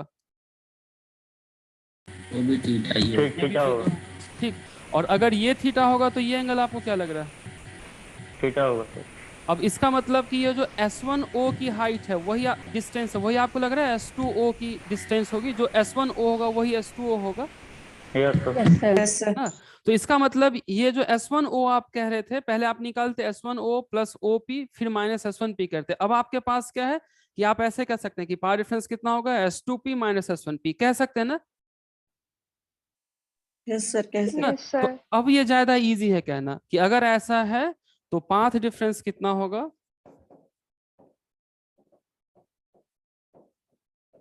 पाथ डिफरेंस आप लिख सकते हैं उस डायग्राम से S2P माइनस S1P लिख सकते हैं ना बच्चे लोग? देखिए इस डायग्राम को, क्योंकि इसमें अगर आप थोड़ी ज्योमेट्री यूज करें तो आपको पता चल जाएगा कि ये लेंथ और ये लेंथ ये दोनों इक्वल है, ये लेंथ और ये लेंथ इक्वल है ना? Yes sir. तो बेटर है कि S1O कहने से, जो हमें पहले पता नहीं था या यानी ज्योमेट्री से अलग से निकालना पड़ता, S2O कहना ज्यादा इजी है, इससे आप निकाल सकते हैं। अब अगर सपोज कीजिए कि मुझे अब पाथ डिफरेंस निकालना है यहाँ पे, और एक और लिख लेते हैं S2 ऐसा हुआ, प्लस एक और होगा एडिशनल फेज चेंज होगा डेल्टा ए। हाँ, रिफ्लेक्शन की वजह से। डेल्टा ए, ये डेल्टा ए क्यों होगा? रिफ्लेक्शन की क्योंकि वजह सर से। रिफ्लेक्शन की वजह से। राइट। इक्वल टू आप यहाँ पे क्या लिख सकते हैं? N lambda. किस चीज के लिए? मैक्सिमम। For maximum. अच्छा थोड़ा सा यानी इसे ना डेल्टा ए की जगह हम ये डेल्टा ए लिखते हैं, यानी ये पाथ का रिप्रेजेंट करेगा ना एडिशनल पाथ, क्योंकि अभी पाथ लिख रहे हैं ना तो यहाँ पे फेज के बजाय ऐसा कि डेल्टा है ऐसा होगा वो। तो ये एन लैम्डा होगा फॉर मैक्सिमा, राइट। अब होगा क्या कि इसमें इस डायग्राम से पीछे बैक अगर जाए, यहाँ पे पाथ डिफरेंस अब अगर कोई कहे आपको निकालने तो आप कैसे निकालेंगे इसका पाथ डिफरेंस? क्या किया जा सकता है? यहां से आप नॉर्मल पुट कर सकते हैं बच्चे लोग। पाथ डिफरेंस अगर निकालना हो तो आप वहां से Yes, नॉर्मल sir. ड्रॉ कर सकते हैं ना Yes. सब S1 से। YDSC जैसा ही तो दिखता अब है। हाँ, ID अब ये का। बिल्कुल YDSC बन गया। बिल्कुल हमने क्या किया कि ये जो लेंथ था उसी को थोड़ा सा डायग्राम बना के इसको इधर एक्सटेंड कर दिया तो YDSC बन गया। अब मुझे बताइए कि यहाँ से यहाँ पाथ डिफरेंस कितना होगा? अगर ये D/2 है तो आपको क्या लग रहा है ये भी डिस्टेंस कितना होगा? ये भी A/2 ही होगा ना, क्योंकि सिमिलर ट्राइंगल से आप प्रूव कर सकते हैं। या अगर आप इसे दूसरा इमेजिनेशन लगाए तो होगा क्या, ये S2 आपको ऐसा लगेगा कि S1 का मिरर इमेज है यस सर। ना। तो टोटल डिस्टेंस कितना हो गया यहाँ S1 से S2 के बीच, D हो गया। तो यहाँ पे पाथ डिफरेंस कितना हो जाएगा, D। और रहा अब थीटा का कि थीटा क्या होगा। ये अगर थीटा है और मान लेते हैं कि ये इसका एंगुलर पोजीशन है यहाँ से यहाँ इस पॉइंट P का, राइट। मुझे बताइए कि अगर ये थीटा है तो पाथ डिफरेंस आप क्या लिखेंगे, ये थीटा और ये दोनों सेम होगा या डिफरेंट होगा। ये थीटा यहाँ देखिए और ये सेम लिखेंगे सर, क्योंकि काफी सेम होगा या Same डिफरेंट होगा होगा सर। बच्चे लोग। अभी Same. डिफरेंट होगा जब तक स्क्रीन बहुत दूर नहीं होगी तब तक। हाँ, इस कंडीशन में अगर ये कंडीशन अप्लाई करते हैं तो फिर हम एंड रिजल्ट क्या कहते थे कि ये दो सारे रेज पैरेलल है ना, S1 और S2 पैरेलल है ना। पैरेलल है इसका मतलब ये रेज पैरेलल है। तो अगर ये एंगल थीटा बना रहे हो तो आपको लग रहा है कि ये भी एंगल ऑलमोस्ट थीटा ही होगा, ऑलमोस्ट थीटा यस सर। ना। तो होगा क्या, फिर हम इसे क्या कर सकते हैं, डी साइन थीटा कहेंगे। लेकिन किस कंडीशन में, अगर आपका डी यानी लेस देन कैपिटल डी है तो, ठीक। या आप वन लाइन में ऐसे समझ सकते हैं कि अगर आपका D very very less than D है तो फिर क्या होगा कि आपका पाथ डिफरेंस YDAC के जैसा हो जाएगा। यानी आप इसको ऐसा लिख सकते हैं, पाथ डिफरेंस जो होगा वो डी साइन थीटा और फिर यहाँ पे एडिशनल पाथ होगा जो भी हो, ऐसा। क्लियर है बच्चे लोग, इक्वल टू n लैम्डा। आया समझ में? Yes sir. अब यहाँ पे ये लिख लिया आपने, फिर हम अब इसका जस्ट फाइनल रिजल्ट लिखेंगे। One second.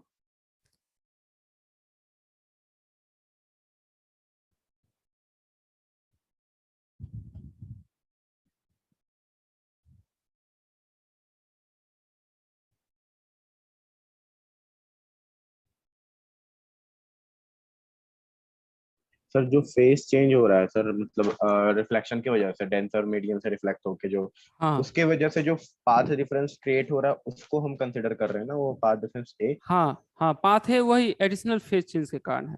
अदरवाइज आप याद रखने के लिए तो डेल्टा ए लिखिए, वो भी ज्यादा अच्छा रहता है। बट डेल्टा ए जनरली हम एंगल के टर्म्स में कहते हैं 2π, और यहाँ इसको हम एडिशनल पाथ कहेंगे। या मैं लिख देता हूँ कि यहाँ पे ये क्या सिंबल रिप्रेजेंट करता है, वेयर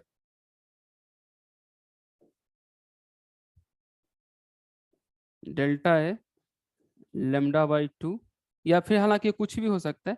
डेल्टा ए को हम कहेंगे additional phase change due to reflection. Delta A क्या है, additional phase change, additional phase change नहीं, एडिशनल क्या, path change due to reflection.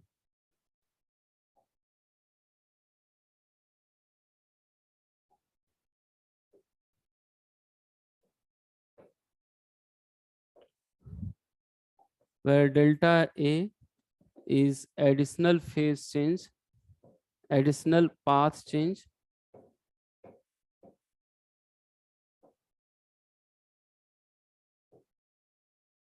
due to reflection। ये पार्ट लिख लिया आपने, तो फिर अब इसका हम फाइनल फॉर्मूला लिखें। Yes sir. ओके, अब यहाँ पे हम इसे लिखते हैं कि if rays reflected from denser medium, अगर डेंसर मीडियम से रिफ्लेक्ट होगा, एग्जाम्पल मेटल सरफेस, एक दो बार आया हुआ है कि मेटल सरफेस से रिफ्लेक्ट हो गया, या मिरर भी क्या होता है, मेटल सरफेस ही होता है ना, या फिर वाटर, ऐसा etc। अगर ये डेंसर मीडियम से रिफ्लेक्टेड होगा तो डेल्टा ए कितना होगा बच्चे लोग, फेज चेंज कितना होगा, पाई। इसलिए पाथ चेंज कितना होगा, λ/2। और यहाँ ना जनरली प्लस माइनस लिखा जाता है, यानी प्लस भी हो सकता है माइनस भी हो सकता है, तो इसे हम प्लस माइनस लिख लेते हैं।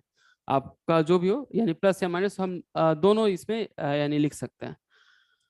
प्लस माइनस में किसी को डाउट तो नहीं है? माइनस क्यों सर, रिफ्लेक्ट हो गया तो प्लस पाई ही होगा ना। अच्छा, माइनस इसलिए कह रहा हूँ, ये देखिए अगर ये ऊपर से जा रहा था तो रिफ्लेक्ट होके क्या होगा, नीचे आ जाएगा। अच्छा, समझ गई और सर। दूसरा सिचुएशन देखिए कि अगर ये नीचे से ही जा रहा था तो रिफ्लेक्ट होके क्या होगा, ऊपर की तरफ। तो ये प्लस माइनस दोनों हो सकता है ना, आपको पता नहीं है कि ये किधर से जा रहा था। Yes sir. हाँ, तो दोनों हो सकता है, प्लस भी हो सकता है माइनस भी हो सकता है। आप एग्जैक्ट तब तक नहीं बता सकते जब तक आपको वो इक्वेशन नहीं दे दे, तो इसलिए हम प्लस माइनस दोनों लिख लेते हैं। ठीक, यस या आप सर। माइनस ट्रेवल कर सकता है तो फिर आप सिर्फ प्लस लिख लीजिए, अदरवाइज दोनों हो सकता है वो। सो ऐसा हो जाएगा। अब इसलिए फिर अब अगर हम लिखें देयरफॉर फॉर मैक्सिमा, मैक्सिमा के लिए अगर हम लिखना चाहें जो हमारा फाइनल फॉर्मूला होगा, यानी ऐसा S2P माइनस S1P, यहाँ पे फिर कितना लिखूं, plus minus lambda by 2 equal to n lambda. ये मैक्सिमा का हो जाएगा ना बच्चे लोग? Yes sir. Yes sir. ठीक। अब अगर मैं सिर्फ इसकी बात कहूं कि S2P माइनस S1P की क्या होगी, तो ये फिर कितना हो जाएगा, इसको उस साइड ले जाइए तो आप क्या लिख सकते हैं, इसको अगर उस साइड ले जाइए तो आप इसे लिख सकते हैं n माइनस हाफ, या प्लस हाफ भी ले सकते हैं, तो n प्लस माइनस हाफ और फिर यहाँ पे लेमडा। ये लिखा जा सकता है क्या? Yes sir. ऐसा, ठीक। इसका मतलब ये कंडीशन किस चीज के लिए हो जाएगा, S2P माइनस S1P किस चीज के लिए, ये मैक्सिमा के लिए था, राइट। ये फिर किसके लिए हो जाएगा, मैक्सिमम। अब ये दोनों फॉर्मूले में क्या है, ये अभी क्या है आपका टोटल पाथ, ये क्या है delta total path. Total path में क्या है, path due to change in path, path change due to travelling या ट्रेवलिंग ऑफ रेस, और ये पाथ चेंज किसके कारण है, रिफ्लेक्शन के कारण। अभी तो अगर टोटल पाथ लेते हैं तो ये अभी भी n लेमडा होगा जैसा YDSC में था, बट अगर सिर्फ पाथ लेते हैं तो क्या हो जाएगा, n प्लस हाफ लेमडा हो जाएगा लोयर्स मिरर में ना। तो दोनों के फॉर्मूले में थोड़ी बहुत कंफ्यूजन हो जाती है बाद में जा करके। अभी आप याद रखिए कि टोटल पाथ अभी भी n लेमडा है मैक्सिमा का, बट सिर्फ पाथ की बात करें तो ये n प्लस हाफ लेमडा हो जाएगा मैक्सिमा का। यानी YDSC में जो डार्क का था वो लोयर्स मिरर में ब्राइट का हो जाएगा, बट YDSC में जो टोटल पाथ का फॉर्मूला था, लोयर्स मिरर भी टोटल पाथ का फॉर्मूला वही है या चेंज हो गया, वही है। सिर्फ अगर हम सिर्फ पाथ की बात करें तो चेंज हो गया। तो कभी कभी बच्चे लोग गलत फिर क्या याद रख लेते हैं कि यानी पाथ अब की बार लेमडा बाई 2 है और इसलिए फॉर्मूला उल्टा हो गया, जबकि फॉर्मूला अभी भी यही है। इसको सॉल्व करेंगे तो ऐसा आ रहा है, सिर्फ टोटल पाथ की बात करें तो ऐसा आ रहा है, नहीं तो अभी भी नेट पाथ तो n लेमडा ही है। क्लियर है ये? Yes sir. अब इसी को अगर हम फर्दर और कहें कि अगर ऐसा होगा d लेस देन d है, तो फिर इस कंडीशन को कहा जा सकता है कि d sine theta equal to फिर कितना, अभी सिर्फ प्लस वाला यूज कर सकते हैं। आपको प्लस माइनस दोनों याद है ना कि क्या होता है, कब प्लस होगा, अगर प्लस होगा तो फिर कहाँ से शुरू होगा, माइनस होगा तो कहाँ से शुरू होगा। Yes sir. या एक बार मैं वापस लिख देता हूँ, इफ प्लस साइन अगर यूज करते हैं तो n की वैल्यू कहाँ से लेंगे, 0 से। 0 से। n की वैल्यू 0 1 2 3 ऐसा, और अगर माइनस साइन यूज करते हैं तो n की वैल्यू कहाँ से 1 1 2 3 4, बस ये दोनों में अंतर है। नाउ वन वर्ड हम सिर्फ प्लस यूज करेंगे, सो d sine theta 2n + 1 lambda by 2 हो जाएगा। इसका मतलब एंगुलर पोजीशन कितना हो जाएगा मैक्सिमा का, ये 4 मैक्सिमा। लीनियर पोजीशन बताइए मैक्सिमा का, 2n + 1 d lambda by 2d। ये मैक्सिमा का, मैक्सिमा वाला क्लियर हो गया।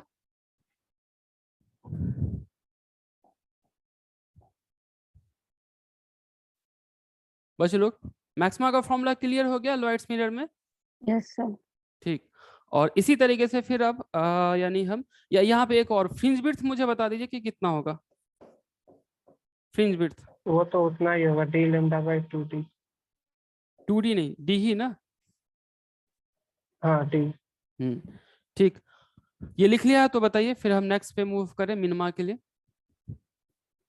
प्लस माइनस क्या लिखा सर आपने, मतलब ये देखिए जब कभी आप ये प्लस साइन लिखेंगे, ये यहाँ पे प्लस मैंने लिखा है ना, तो अगर आप प्लस साइन यूज करते हैं तो n की वैल्यू आप यहाँ से यूज करेंगे 0 1 2 3। ठीक, अगर आप माइनस साइन यहाँ पे यूज करते हैं फॉर्मूले में, अगर माइनस साइन यूज करते हैं तो ये या मैं डिटेल से लिख देता हूं कि if we use plus sine then order will start from 0 और फिर यहां से। अब आया समझ में? Yes sir. और अगर आप यानी माइनस साइन यूज करते हैं तो ऑर्डर की वैल्यू 1 से शुरू होगी। तो ये दोनों फॉर्मूला है मिनिमा के लिए यानी मैक्सिमा के लिए। ये हो गया, लिख लिया आप लोगों ने? Next slide. ये लिख लिया? नहीं सर,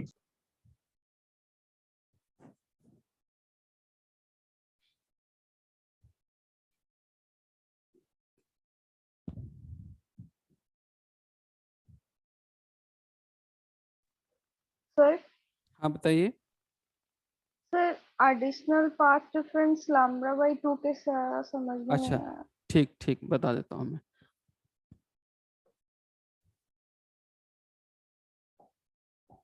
हाँ जहां डाउट हो वहां इमीडिएट पूछ लीजिए। जैसे देखिए एडिशनल फेज चेंज पाई आपको समझ में आया? Yes sir. ये किसके कारण आया है? रिफ्लेक्शन की वजह से। Very good. अब मुझे बताइए यहाँ पे delta is equal to 2 pi by delta का फॉर्मूला क्या होता है? 2 pi by lambda into path होता है। Yes sir. पाथ के लिए सॉल्व करके बताइए कितना आएगा। सो पाई पाई कैंसिल, कितना आ गया ये?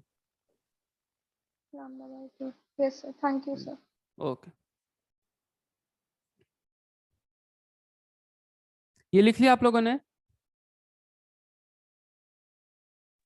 Yes sir. ठीक। नेक्स्ट अब पोजीशन यानी फॉर मिनिमा।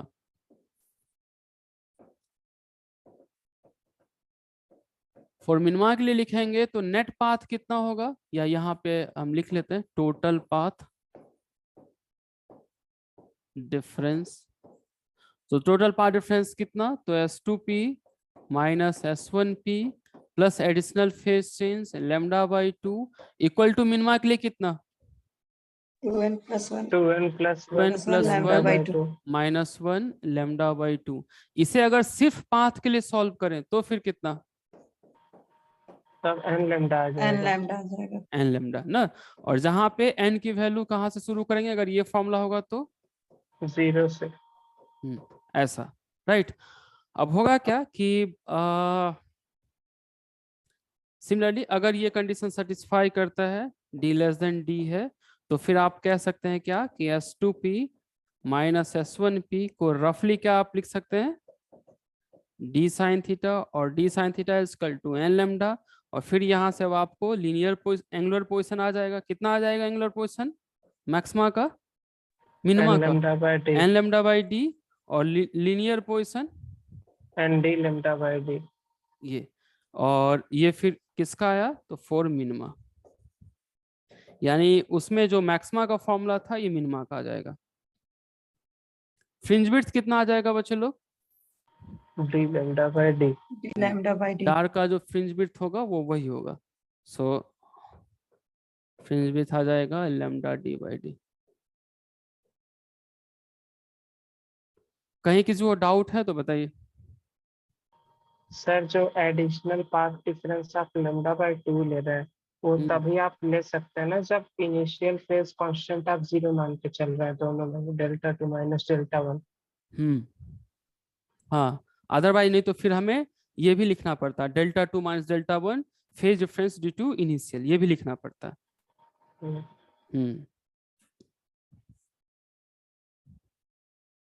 हो गया यहाँ तक क्लियर है? Yes sir. सो अब इस पे हम ऑलमोस्ट सारा न्यूमेरिकल कर सकते हैं। YDSC का कॉन्सेप्ट, लॉयड्स मिरर का कॉन्सेप्ट खत्म। वैसे लॉयड्स मिरर में कोई नया चीज है क्या? कोई बता सकता है कि क्या नया पढ़ा आपने इसमें जो YDSC में नहीं पढ़ा था? Additional path difference. हाँ यहाँ जो अगर रिफ्लेक्ट होगा, ये जो रिफ्लेक्ट हुआ है ना, ये रिफ्लेक्शन, इस रिफ्लेक्शन ने सारा काम उल्टा कर दिया ना। जो हमने YDSC में पढ़ा था सबको रिवर्स कर दिया। मैक्सिमा को मिनिमा बना दिया, मिनिमा को मैक्सिमा बना दिया। क्यों ऐसा कर दिया? क्योंकि पाई से हो गया, इसका मतलब आउट ऑफ फेज हो गया, या हो गया क्या कि पहले क्या था कि जिस पाथ के लिए ट्रफ एंड क्रस्ट आपस में मिक्स कर रहे थे, पाई अगर चेंज हो गया तो वो रिवर्स हो गया वो। तो इसलिए फिर क्या हुआ, एडिशनल फेज पाई। रेस्ट जैसा लॉयड्स YDAC का डायग्राम था, लॉयड्स मिरर का भी लगभग डायग्राम ऐसा ही बनाया जा सकता है ना। तो सिंपल के लिए हम ये पढ़ेंगे लॉयड्स मिरर में कि अगर मिरर नीचे डाल दिया जाए तो S1 का एक मिरर इमेज S2 बनेगा। अब ये एग्जैक्टली YDAC जैसा दिखेगा कि YDAC में भी दो सोर्स थे, हमारे पास भी एक रियल सोर्स है, एक इमेजिनरी सोर्स है, राइट। तो फिर ये लगभग YDAC जैसा काम करेगा। बट रियल कहानी क्या है कि आपको पाथ डिफरेंस इसके बीच और इसके बीच निकालना होगा। मैथमेटिकल मैनिपुलेशन अगर पॉसिबल है इस डिस्टेंस को यहाँ तक ले आइए और फिर पाथ डिफरेंस ऐसा लिख लीजिए। तो अगर अलाउ करता है तो फिर आप इसे YDAC जैसा कर सकते हैं। एक और चीज जो इसमें पूछा जाएगा, सेंट्रल फ्रिंज कैसा होगा, nature of central fringe. Dark हो जाएगा इसमें। डार्क होगा sir. Nature of central fringe, जैसे देखिए कि कैसे डार्क होगा। अगर ये मिरर है यहाँ और ये पॉइंट है, अगर ये पॉइंट O है और ये अगर हमने एक सोर्स रखा है, मुझे बताइए डार्क फ्रिंज कहाँ पे बने, सेंट्रल फ्रिंज कहाँ पे बनेगा? यहाँ पे सर पार्ट डिफरेंस पहले 0 कर देंगे। सेंट्रल फ्रिंज कहाँ पे बनता है बच्चा, क्या हमने कहा था? जहाँ पे पार्ट डिफरेंस 0 होगा ना। सो होगा क्या कि यानी at central fringe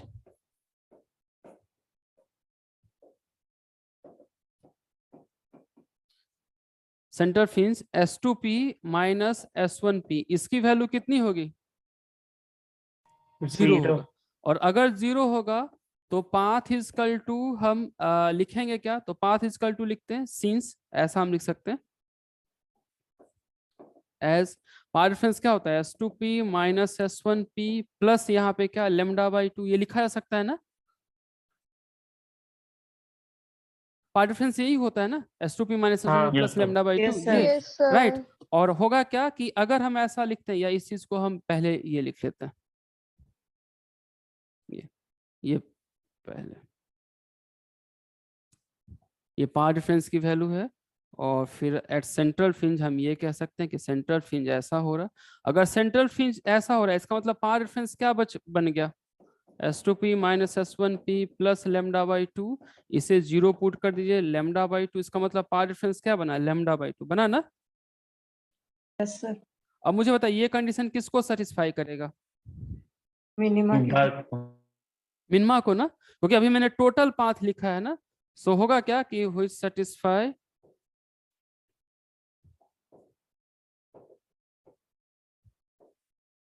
condition of minima, जो मिनिमा को सेटिस्फाई करता है ऐसा। टोटल पार्ट डिफरेंस 0 नहीं लेंगे ना? टोटल पाथ डिफरेंस 0 नहीं होगा, ये सिर्फ ये पाथ ट्रेवल जो होगा वो 0 होंगे, पाथ ट्रेवल जो होगा वो 0 होगा सेंट्रल फ्रिंज पे।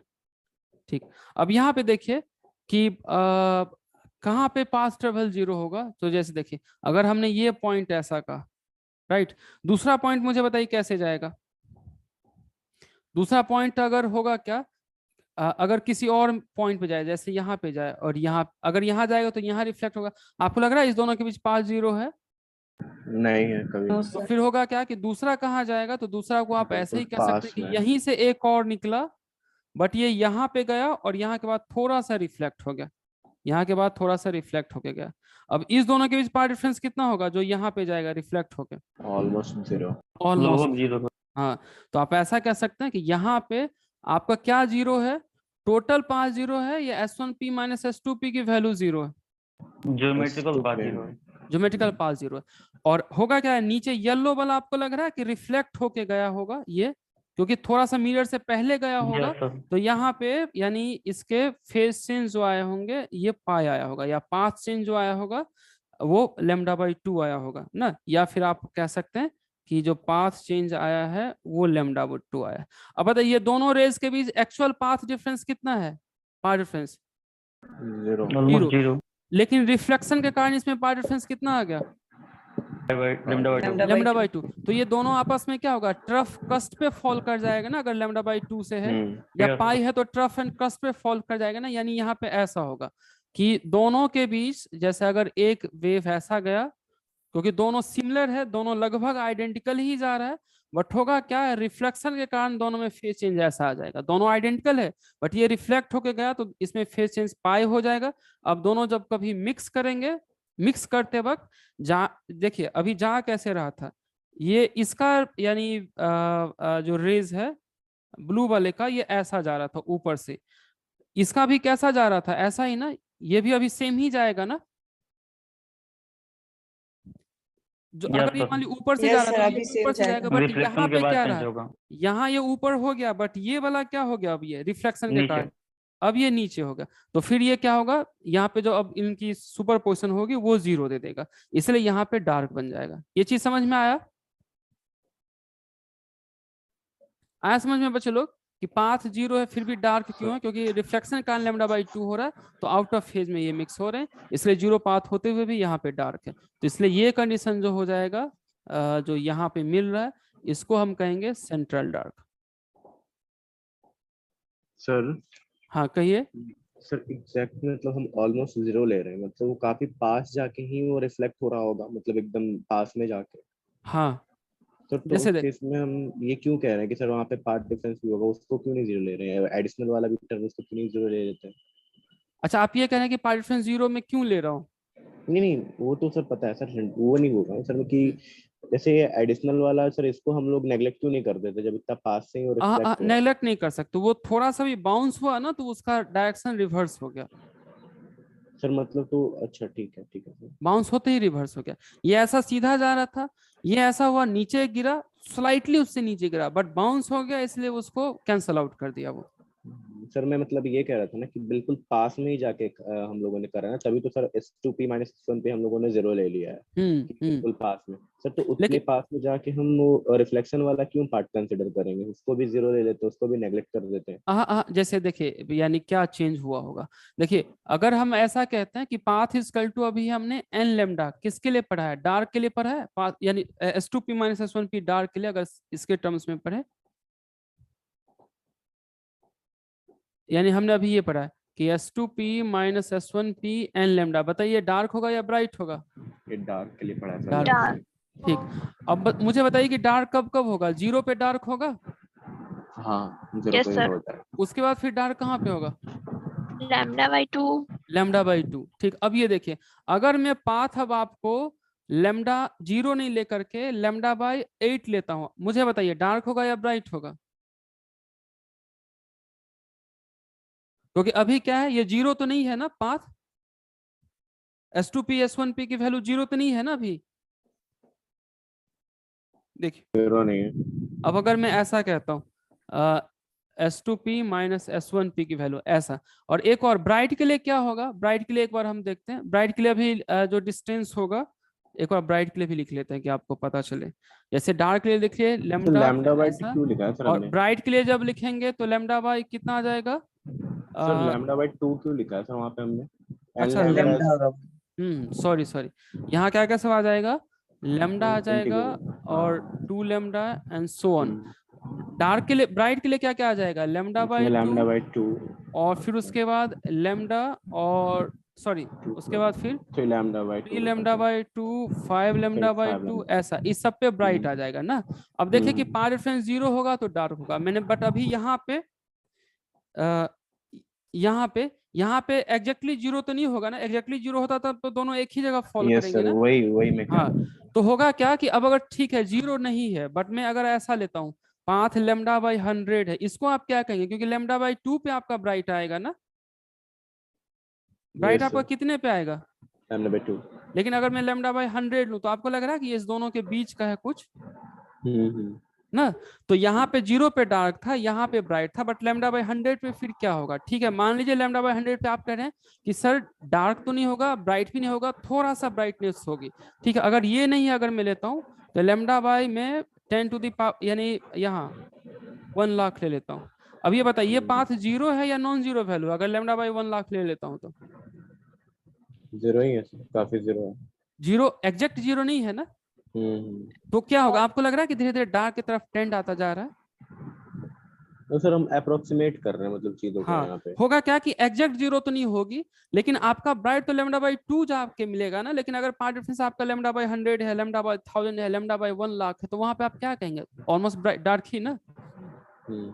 ना तो इसलिए सर वो बाउंसिंग वाली चीज को हम कंसीडर करेंगे ही करेंगे, चाहे वो कितने भी इनफाइनेटेसिमली हाँ। स्मॉल डिस्टेंस पे क्यों ना हो रहा हो। क्योंकि बाउंस तो होगा, क्योंकि एक फोटोन की विड्थ कितनी होगी? काफी कम होगी, तो ऑब्वियसली वो बाउंस होकर के जब जाएगा तो सर तो मतलब इसकी कोई लिमिट नहीं है ना कि हम कितना भी क्लोज, बस हम अज्यूम कर लेते हैं। ओके सर, अप्रॉक्स कंडीशन है। ये चीज समझ में आ गया बच्चे लोग कि सेंटर फ्रिंज डार्क होगा? यस। ठीक, अब लॉयड्स मिरर में हमेशा सेंटर फ्रिंज पॉसिबल नहीं है। जैसे कि एग्जांपल देखिए, इसमें सेंटर फ्रिंज मुझे बताइए कि कहाँ बनेगा। अगर मैं ऐसा लेता हूं,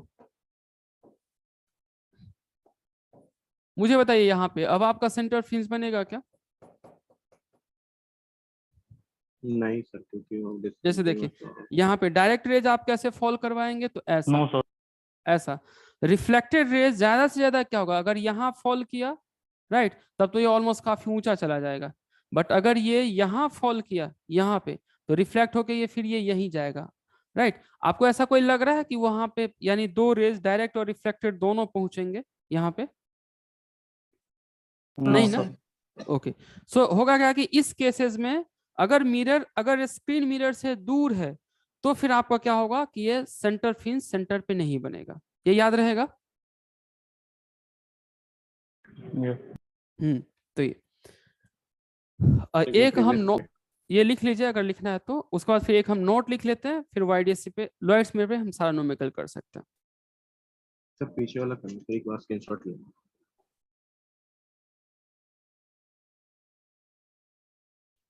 सर बताइए। सर एक चीज पूछनी थी, आप क्लास के स्टार्टिंग में बोले थे कि अगर डेंसर मीडियम से रिफ्लेक्शन होता है तो एडिशनल फेज डिफरेंस पाई का होता है, और अगर रेयरर से हो तो नहीं होता, मतलब 0 होता है। तो सर डेंसर से तो रिफ्लेक्शन का एग्जांपल समझ में आ गया, कोई ऐसा एग्जांपल पॉसिबल है क्या जहाँ पे रेयरर मीडियम से रिफ्लेक्शन हो? हाँ है ना। जैसे देखिए आप ऐसा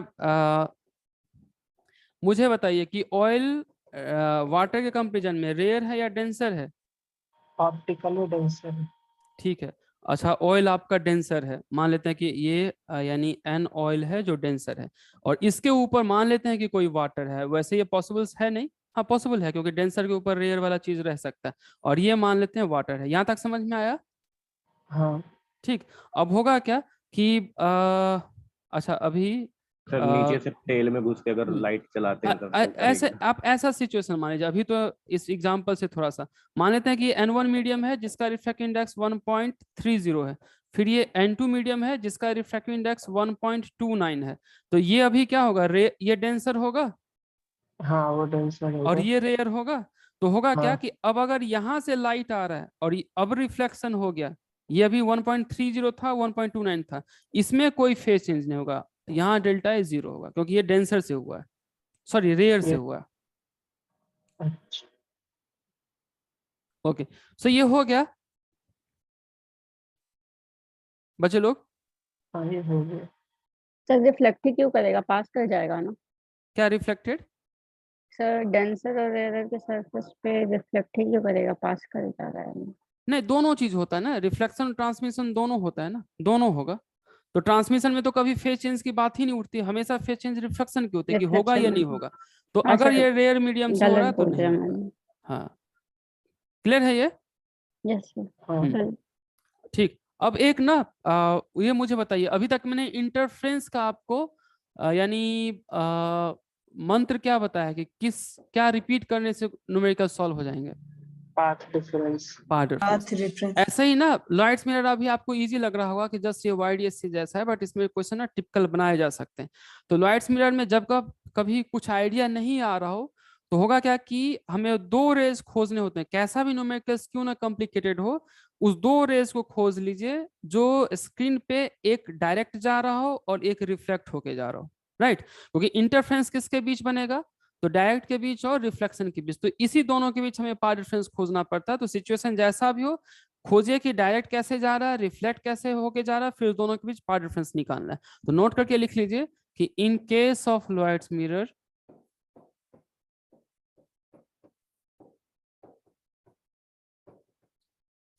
Lloyd's mirror, interference takes place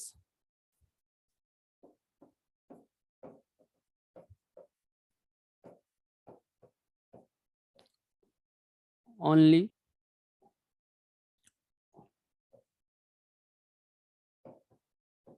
between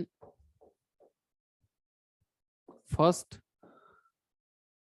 direct rays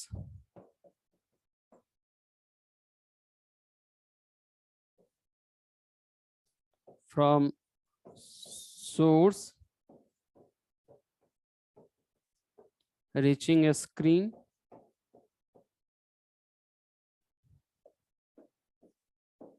and reflected rays from the mirror। ये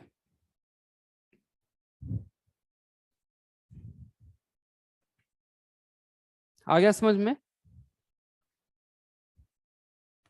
ये दो पॉइंट हमेशा खोजना होगा जहां भी आपको समझ में नहीं आए। जनरली समझ में आ गया तब तो ठीक है, ये YDSC जैसा होगा। जहां आपको न्यूमेरिकल समझ में नहीं आए वहां पे ये दो रेज खोजने होंगे, क्योंकि डायग्राम को काफी टिपिकल बनाया जा सकता है। ये दो रेज खोज लीजिए, फिर दोनों के बीच पाथ, फिर आपका हो जाएगा।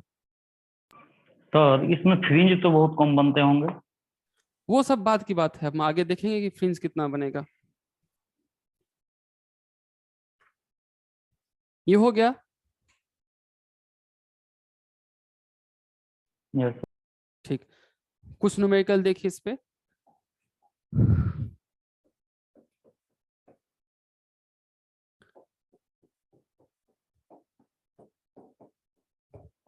मान लेते हैं ये नदी का किनारा है और यहाँ एक माउंटेन है,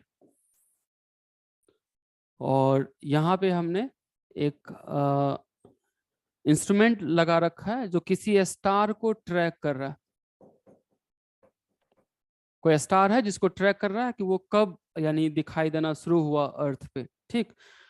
सो कैसे वो ट्रैक करेगा, तो एक रेज स्टार, यानी सपोज कीजिए अगर स्टार से रेज आ रहा है तो कैसा रेज आएगा बच्चों लोग,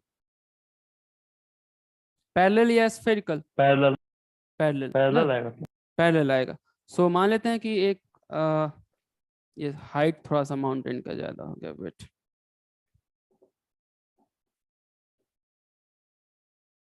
क्योंकि जनरली हमें सोर्स पहले ही मैंने कहा था स्लैंटिंग हाइट कहा जाता है, कि काफी कम ऊंचाई पे रखा जाता है।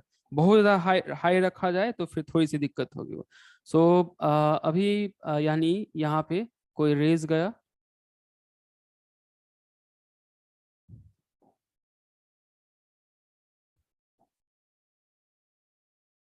ये सेम एंगल दिख रहा है, ठीक। सो ऐसा, अगर ये एंगल सपोज कीजिए यहाँ पे कि ये अगर थीटा है तो ये भी एंगल कितना होगा, थीटा ना बच्चे लोग, ये भी थीटा होगा ना? Yes sir. ठीक, और दूसरा रेस सपोज कीजिए कि ऐसे आ रहा है ये। सो ये थीटा कहाँ से ले रहे हैं? थीटा नॉर्मल से लेंगे ना? नहीं सर, हम थीटा हॉरिजॉन्टल से ले रहे हैं, यहां से ले रहे हैं थीटा, यहां से। कोई दिक्कत है आपको?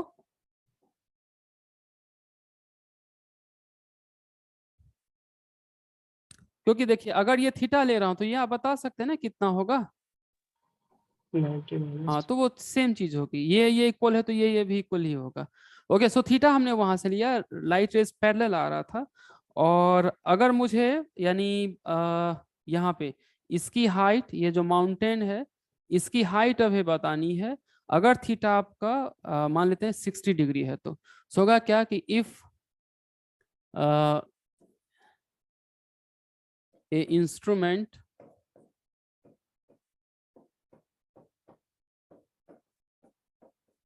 track maximum intensity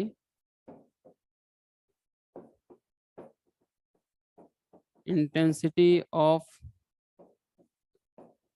incident signal at height at angle theta is equal to 60 degree. Find the height of mountain.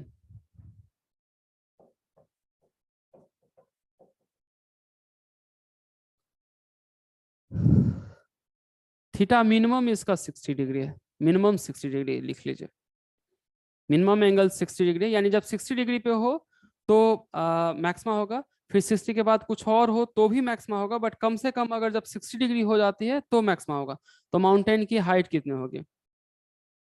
आप यूज कीजिए लेमडा का कैलकुलेशन पर्पस से, कि लेमडा मान लेते हैं कि 600 नैनोमीटर। बताइए आप लोग माउंटेन का कितना हाइट होगा, कैसे सॉल्व करेंगे? मैक्सिमम इंटेंसिटी मतलब क्या, यानी कंस्ट्रक्टिव इंटरफेरेंस या destructive interference? Maximum intensity constructive. तो कंस्ट्रक्टिव के लिए मुझे बताइए कि पावर डिफरेंस कितना होगा, या आप कंस्ट्रक्टिव के लिए फॉर्मूला क्या होगा? आपको लग रहा है कि यहाँ YDS आप यूज कर सकते हैं? नहीं करेंगे, उल्टा करेंगे तो। हाँ, बट होगा रेस पैरेलल है ना, तो YDS यूज किया जा सकता है ना? यस सर, कर सकते। हाँ, तो पोजीशन ऑफ मैक्सिमा का यानी एंगुलर पोजीशन ऑफ मैक्सिमा, क्योंकि लीनियर तो है नहीं, तो एंगुलर पोजीशन ऑफ मैक्सिमा का फॉर्मूला बताइए। एंगुलर पोजीशन ऑफ मैक्सिमा क्या होगा formula? 2n + 1 lambda by 2d sin theta is equal to 2n + 1 lambda by 2d, ये होगा ना? मिनिमम एंगल मुझे बताइए कहाँ पे होगा? At n is equal to 0 theta की मिनिमम वैल्यू होगी बच्चे लोग? n0 पे थीटा मिनिमम होगा ना? Yes sir. हमने कहा ना था यहाँ की थीटा मिनिमम एंगल है, तो n की किस वैल्यू के लिए सबसे कम एंगल आएगा? 0 के लिए ना। तो n0 पे थीटा मिनिमम, ये पार्ट क्लियर है या डाउट है किसी को कि n0 पे थीटा मिनिमम होगा? नेगेटिव भी तो ले सकते हैं ना? हाँ ले सकते हैं, बट जनरली अगर हम प्लस वाला हम कहें तो कि अगर n इंक्रीज हो तो थीटा की वैल्यू इंक्रीज होगी। क्लियर है ये?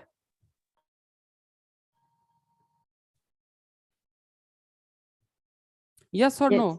Yes sir. क्योंकि थीटा की कम से कम, जैसे देखिए अगर मैं कोई भी फॉर्मूला लिखूं, यानी यहाँ पे n -1 वाला लिखूं या प्लस वाला लिखूं, थीटा की कम से कम वैल्यू क्या हो सकती है? लैम्डा बाई 2d ही ना, थीटा की कम से कम। उसके बाद तो 3 lambda by 2d, 5 lambda by 2d, minus में भी जाएगा तो बढ़ता ही जाएगा ना। मैग्नीट्यूड वाइज तो ये कम से कम n इक्वल टू 0 पे होंगे ना, या लैम्डा बाई 2d होगा ना? Yes sir. मैग्नीट्यूड वाइज तो लैम्डा बाई 2d ही होगा ना कम से कम, नहीं तो फिर और कितना होगा? और अगर कहें तो 3 लैम्डा बाई 2d या +3 लैम्डा बाई 2d, या फिर क्या होगा 5 लैम्डा बाई 2d या -5 लैम्डा बाई 2d। तो मैग्नीट्यूड में एक सब कम से कम तो लैम्डा बाई 2d होगा ना, कम से कम एंगल। तो मैंने आपको क्या कहा था, थीटा कम से कम इतना है, तो थीटा n इक्वल टू 0 के लिए यानी थीटा मिनिमम होगा, और थीटा मिनिमम कितना है? 60 डिग्री, ये गिवन था। तो अब आप इसे यूज कीजिए, साइन 60 डिग्री इक्वल टू कितना? तो लैम्डा बाई 2d ना। इसका मतलब d की वैल्यू कितनी? d का वैल्यू, तो d का value lambda by 2 sine 60 degree. अब मुझे बताइए हाइट कितना होगा फिर माउंटेन का?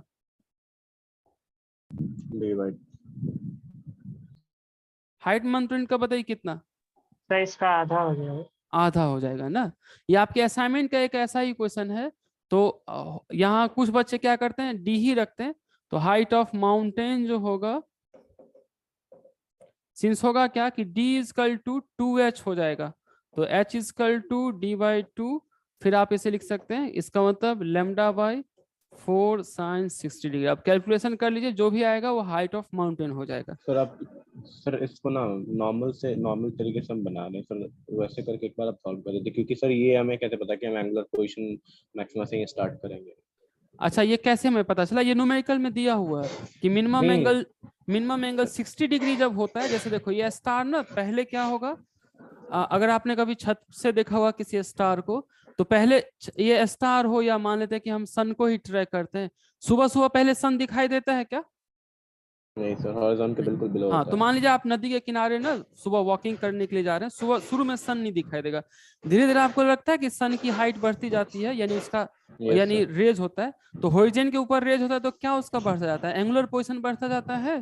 तो जब ये मान लीजिए कि पहले यहाँ था तो उसे कुछ नहीं, यानी सिग्नल को कुछ नहीं दिखाई दे रहा था, राइट, कुछ नहीं ऐसा हुआ, फिर धीरे धीरे जो ही एंगल इसके 60 डिग्री हुई तो यहाँ पे सिग्नल मैक्सिमा हुआ। तो जब पहली बार मैक्सिमा होगा, इसका मतलब क्या हुआ, वो थीटा भी सबसे कम वाला वैल्यू है ना। हाँ, मतलब मिनिमम कितने एंगल पे वहाँ पे पहला मैक्सिमा फॉर्म हो रहा हाँ, है। जैसे अभी ये नीचे था नहीं दिखाई दे रहा था, ऊपर बढ़ता गया, अभी वहां पे कुछ नहीं है, सिग्नल ना मिनिमा है, काफी फेंट सिग्नल है। जो ही ये 60 डिग्री पे एंगल बना होरिजिन से, वहां पे सडनली स्ट्रॉन्ग सिग्नल आया। तो पहली बार जब स्ट्रॉन्ग सिग्नल आया, उसको हम क्या कहेंगे, कम से कम एंगल है वो, और कम से कम एंगल के लिए एन की वैल्यू 0 लेंगे। तो ऐसा सर सिचुएशन। ये नहीं बोला सर, ये तो समझ में आ गया सर। ऐसे सर मैं पहला तो डाउट था कि सर हम यहाँ से स्टार्ट क्यों करेंगे एंगुलर पोजीशन से, और दूसरा सर हमने जैसे आपने जो बताया था कि 2 रेस फाइंड करते हैं, सर हमने फिर ऐसे करने की कोशिश करी इसको कि वही दूसरा सोर्स नीचे ऐसे एक रिफ्लेक्शन वाला ले लिया, फिर वहां से पाथ डिफरेंस निकाला, सर वैसा नहीं बनेगा क्या? ये बताइए कि अभी ये आपको YDSC जैसा लग रहा है क्या ये? Sir at the very instant तो लग रहा है सर, लेकिन बाद में पता नहीं याद रहेगा नहीं रहेगा, तो मैं जनरल मेथड से बनाने की कोशिश कर रहा था सर, वैसे बनेगा कि नहीं बनेगा? अभी और आगे जब हम न्यूमेरिकल डिस्कस करेंगे तो मैं इस चीज का ना, यानी जैसे अभी जो कंसर्न है कि हमने यहाँ से ही क्यों शुरू किया, यही ना आपका कंसर्न है? Yes sir. हाँ, तो ये हम आगे करेंगे, जब अच्छे क्वेश्चन आएंगे तो करेंगे। मैं अभी ना लेवल 1 वाला क्वेश्चन डिस्कस कर रहा हूँ कि अगर ये YDSC जैसा दिख जाए तो फिर आप इसे आराम से कर सकते हैं। तो अभी यानी आज मैं इसका असाइनमेंट शेयर कर दूंगा, या फिर अभी आगे हम और अच्छे से क्वेश्चंस करेंगे। अभी तो यहाँ पे आप इसे कह सकते हैं YDSC जैसा दिख रहा है तो ये फॉर्मूला आप सेम यूज कर सकते हैं। ऐसा मैंने आपको ऐसा लिखवाया है ना लॉयड्स मिरर में फॉर्मूला, कि ऐसा हो सकता है। हाँ सर। हाँ, अगर ऐसा होगा तो यानी मिनिमा के लिए थीटा एन ऐसा होगा, राइट। अभी मैंने एंगल यानी साइन थीटा क्यों लिया, थीटा एन क्यों नहीं लिया, क्योंकि एंगल हमारा 60 डिग्री था ना, 60 डिग्री स्मॉल नहीं होता है ना, नहीं, इसलिए मैं जस्ट थीटा से नहीं शुरू किया ना, क्योंकि 60 डिग्री स्मॉल है, इसलिए साइन थीटा से शुरू किया। ओके, ये हो गया पार्ट, समझ में आ गया बच्चे लोग? Yes sir. एक और सर पहाड़ की हाइट बड़ी चौंका देने वाली आ रही है, नैनोमीटर में आ रहा है।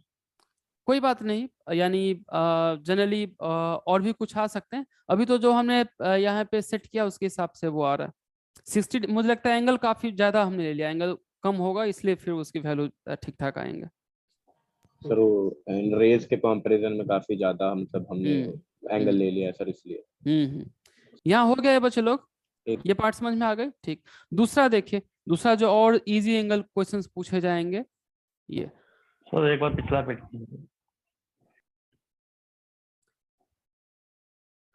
असाइनमेंट में जो इसके बाद क्वेश्चन है सर। मुझे लगता है ये रेडियो वेव के लिए, तो वहां वेवलेंथ थोड़ा ज्यादा होगा, तो शायद आप हाइट बता सकते हो। सर आगे कीजिए। ये देखिए, हाँ अभी तो सर। एक ये है, एक ये है, इसमें कोई भी ज्यादा कॉन्सेप्ट नहीं था, आपको मिनिमा का पोजीशन निकालना था, फिर आप इसे कर दीजिए, हो गया।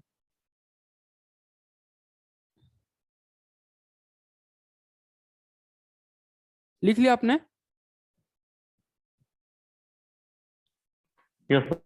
ठीक, एक और क्वेश्चन देखिए, हालांकि ये इरोडो में भी है और मैंने जो असाइनमेंट दिया है उसमें भी। उसने कहा है कि एक मेटल शीट है नीचे, मेटल शीट से कुछ हाइट पे एक सोर्स रखा गया, मान लेते हैं कि सोर्स की हाइट 2 mm है, सोर्स की हाइट मिरर से 2 mm है, और यहाँ पे एक स्क्रीन रखा गया है यहाँ से 3 मीटर, या फिर कैलकुलेशन के लिए लिख लेते हैं ये 2 मीटर डिस्टेंस पे एक स्क्रीन रखा गया।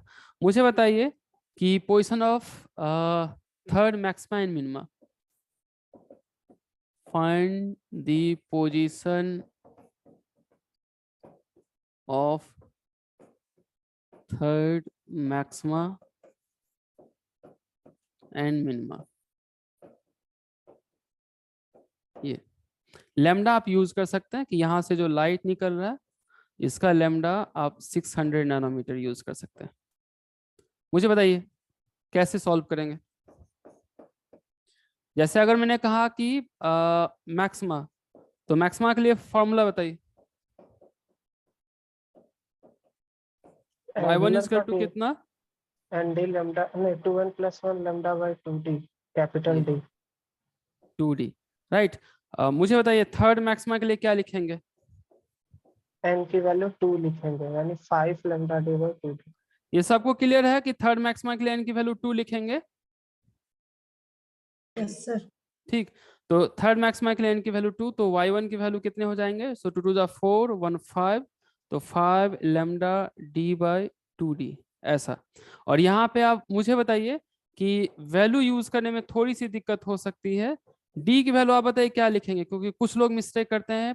यानी यहाँ पे d की वैल्यू कितना लिखेंगे? 1 लिखेंगे 1 mm। गलत जवाब। ये d by 2 का वैल्यू होता है बच्चा 2 mm। यहाँ से इसकी हाइट कितनी थी? 2 mm ना, तो d by 2 की वैल्यू 2 mm है। इसका मतलब d की वैल्यू कितनी होगी?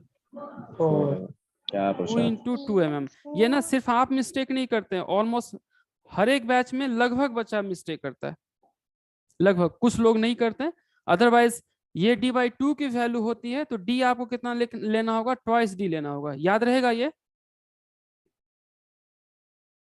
Yes sir. Yes sir. हाँ, ये रेस्ट तो फिर आप कोई और मिस्टेक नहीं करेंगे, तो ये ऐसा।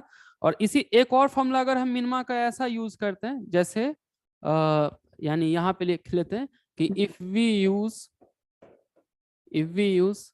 y1 equal to 2n - 1 lambda d by 2d, तो इसमें फॉर थर्ड मिनिमा मुझे बताइए अब की बार n की वैल्यू कितनी लेंगे? ये क्या n lambda d by 2d लिखिए। y1 equal to 2n - 1 lambda by 2d। अगर हम ये फॉर्मूला यूज करते हैं माइनस वाला, तो n की वैल्यू कितनी लेंगे थर्ड मिनिमा के लिए? 3 लेंगे सर। सॉरी ये हमारा मैक्सिमा है ना? मैक्सिमा। यस सर, ये मैक्सिमा। मैक्स। हाँ, सो फॉर थर्ड मैक्सिमा के लिए मुझे बताइए n की वैल्यू क्या लिखेंगे? इस पर 3 ले लेंगे। 3 लेंगे सर। 3 लेंगे। अब मुझे बताइए कि आपका जब कभी ये वाला फॉर्मूला फॉर्मेट में यूज करना हो मैक्सिमा या मिनिमा के लिए, क्योंकि YDSC में ये मिनिमा होता है और लॉयड्स मिरर में, सॉरी लॉयड्स मिरर, यहाँ पे लॉयड्स मिरर में ये मैक्सिमा हो जाता है, YDSC में क्या हो जाता है? ये मिनिमा। तो जब कभी ये फॉर्मूला यूज करना हो तो मुझे बताइए प्लस वाला ज्यादा फेवरेबल रहेगा या माइनस वाला? माइनस वाला सर। माइनस वाला सर। यहाँ थर्ड मैक्सिमा के लिए आपको n क्या लेना होगा? एक कम लेना होगा, जबकि यहाँ पे माइनस वाला यूज करते हैं तो थर्ड मैक्सिमा या मिनिमा के लिए n की वैल्यू कितनी लेनी होगी? 3 लेनी होगी। तो यहाँ से ना आपको ऑर्डर में मिस्टेक नहीं होगा। बट अगर हम n की वैल्यू 3 लेते हैं तो फिर आपको यहाँ से y1 की वैल्यू कितना होगा? अभी भी वही होगा ना। थर्ड मैक्सिमा यहाँ कितना, थर्ड मैक्सिमा कितने पे बना? 5 लैम्डा d by 2d पे। यहाँ थर्ड मैक्सिमा कितना बना? 5 लैम्डा by 2d पे। तो बेटर रहता है कि माइनस वाले में ऑर्डर सेम आ जाता है, तो ये प्रिफर किया जाता है। ये हो गया यहाँ तक बच्चे लोग? सर ये समझ नहीं आया कि जो आप ले रहे हैं n का वैल्यू अलग अलग। ये सर ये बार-बार डिस्टर्ब कर रहा है सर। अच्छा ठीक, नंबर लेने सिलेक्शन का। अच्छा ये बताइए अगर हम प्लस वाला यूज किया हमने, तो थर्ड मैक्सिमा के लिए n की वैल्यू हमने कहा 2, ये 2 ही क्यों लिया? इसमें डाउट है या ये क्लियर है? 2 ही क्यों लिया?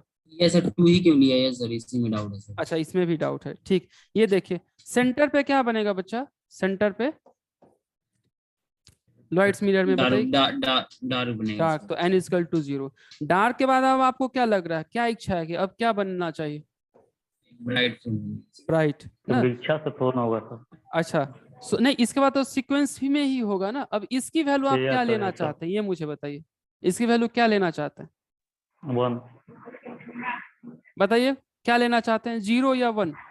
ये अभी आपका डार्क, ये अभी आपका डार्क है राइट, और ये ब्राइट है, और फिर 2-4 और डार्क ब्राइट हम ड्रॉ कर लेते हैं। और ये अभी आपका फर्स्ट ब्राइट, ये है क्या? तो फर्स्ट ब्राइट, और ये अभी आपका सेकंड ब्राइट। ऐसे ही आप इसकी पोजीशन तो लिख लेंगे ना, जहां कहीं भी डाउट हो ऑर्डर में तो आप ऐसे पहले एक बार डायग्राम ड्रॉ कर लीजिए, फिर वहां से आइडिया आ जाएगा। और ये आपका था सेंट्रल डार्क।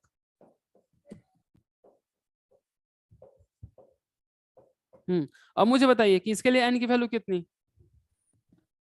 के लिए तो 0 है सर। इसके लिए तो जीरो n ही की 0। लेंगे ना। इसके लिए फर्स्ट ब्राइट के लिए क्या लेना चाहते हैं? जिसको डाउट था, जिसको बार बार परेशानी हो रही थी, n की वैल्यू 0 या 1, आपके जो भी चॉइस है, दोनों में से कोई एक ले लीजिए, 0 या 1, क्या लेंगे बताइए? 1 प्रेफर करेंगे। ठीक है, आपकी चॉइस अगर 1 है तो इसे हमने ऐसा लिया 1। ठीक, अब अगर हम 1 लेते हैं तो और जैसे कोई और एक और कुछ लोग 0 भी कह रहे थे कि इसे 0 भी लिया जाएगा, राइट। अब अगर होगा क्या कि हम अगर 0 लेंगे ना इस 0 के लिए, तो मुझे इसका पोजीशन बताइए कि कितना आएगा। अगर मैं 0 लेता हूं तो इसका पोजीशन इस फॉर्मूले में 0 लेते हैं तो ये कितना आ जाएगा? λ/2d आ जाएगा 0 के लिए। Yes sir. ठीक, Yes, sir. और अगर मैं ये फॉर्मूला यूज करता हूं, ये वहां पे n की वैल्यू 1 पुट करने से कितना हो जाएगा? n की वैल्यू 1 पुट करने से इस फॉर्मूले में वो भी लैम्डा डी बाई 2 हो जाएगा। ये भी यही आएगा, λ/2d आएगा। दोनों से सेम आया ना? Yes sir. अब मुझे बताइए कि आपको अब पसंदीदा कौन है, 0 पसंद आया या 1 पसंद आया? जल्दी बताइए, फर्स्ट ब्राइट के लिए क्या पसंद आया, 0 रखना या 1 रखना? देखिए, जिसको 1 पसंद आया उसको ये फॉर्मूला फॉलो करना चाहिए, ठीक। और जिसको 0 पसंद आया उसको ये फॉर्मूला फॉलो करना चाहिए। अब याद रहेगा? यस। ठीक, तो ऐसे ही अब अगर इसके लिए है तो फिर आप सीक्वेंस में आप बना सकते हैं ना कि और क्या क्या होता जाएगा। तो अगर आप सपोज कीजिए प्लस वाला सीक्वेंस रखते हैं तो इसके लिए n की वैल्यू 0, फिर इसके लिए n की वैल्यू कितनी? अगर इसके लिए 0 लेते हैं तो, अगर मान लीजिए प्लस वाला सीक्वेंस रखते हैं तो 2 क्यों? 1 ना, 0 के बाद आप 1 लेंगे ना आप। अच्छा, yes, sir. ठीक, इसी तरीके से मैंने आपको थर्ड डार्क ब्राइट कहा था, तो फिर एक और आप बना लीजिए, यानी ऐसा। और फिर अब यहाँ पे इसका मुझे अब n की वैल्यू बताइए कितना? 2. अब काउंट कीजिए, इसको फर्स्ट ब्राइट, इसको सेकंड ब्राइट, इसको हमने अभी कहा थर्ड ब्राइट, तो थर्ड ब्राइट के लिए आपका n की वैल्यू 2 आ गया, Yes, sir. राइट। ऐसे यानी ये n की मतलब वैल्यू 0 से काउंट करेंगे तो एक कम लेंगे और 1 से शुरू करेंगे तो उसके बराबर लेंगे। हाँ, तो ये आपका थर्ड ब्राइट आ गया। बट अब इसी को आप ना 1 से काउंट करना शुरू कीजिए, दूसरा आप इसे 1 लिखिए, तो 1 पे फर्स्ट ब्राइट, इसे आप फिर क्या लिखेंगे अब 2 पे सेकंड ब्राइट, फिर इसे क्या लिखेंगे 3 पे थर्ड ब्राइट। अब मुझे बताइए कि काउंटिंग करने में कौन सा ज्यादा इजी रहता है?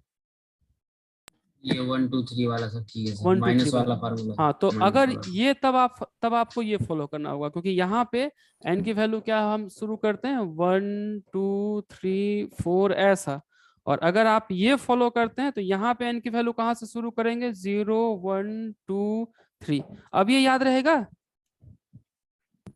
ऐसे मिनिमम वाले के लिए हो जाएगा सर। हाँ, इस वाले फॉर्मूले के लिए मैक्सिमा हो या ये- मिनिमा हो, जैसे YDSC yes. में ये मिनिमा हो जाएगा, लोयड्स मिरर में क्या हो जाएगा मैक्सिमा। तो इस वाले फॉर्मूले के साथ ऐसा ऑर्डर की प्रॉब्लम रहती है, तो आप Yes. देखिए 0 से शुरू करेंगे तो ऐसा, माइनस वाला करेंगे तो 1 से शुरू होगा। ठीक है, ये समझ में आ गया? Yes sir. इसलिए ये इजी क्वेश्चन है, बट मैं इसलिए इसे अभी आपको करवाया कि जो सिंपल क्वेश्चन हो वो आपसे छूटे नहीं। ठीक, अब नेक्स्ट क्लास में क्या होगा, टाइम हमारे पास है या फिर हम, अच्छा ऑलमोस्ट ओवर है। ठीक, अभी मैं ग्रुप में असाइनमेंट भेज देता हूँ। ग्रुप में आई होप कि आप लोगों ने किसी ने लिंक डाल दिया होगा, लिंक आया था अभी ग्रुप का? नहीं सर, अभी नहीं। अच्छा, आप Send लोग कर डाल दिया है दीजिए, सर किसी ग्रुप को पे। मैंने कहा था, एक बार दोबारा सबको भेज दीजिए। सर यहाँ पे मैंने सेंड कर रखा है। अच्छा, चैट में आप जाइए, लिंक आपको मिलेगा। तो होगा क्या कि इसमें असाइनमेंट अगर कभी ऐप में डालने में लेट होता है तो फिर आप यहाँ से एक्सेस कर सकते हैं। ग्रुप में वैसे ही लॉयड्स मिरर की असाइनमेंट मैंने डाल रखी है, अगर मिल जाए तो ठीक है, नहीं तो मैं फिर दोबारा उसे पिन कर दूंगा।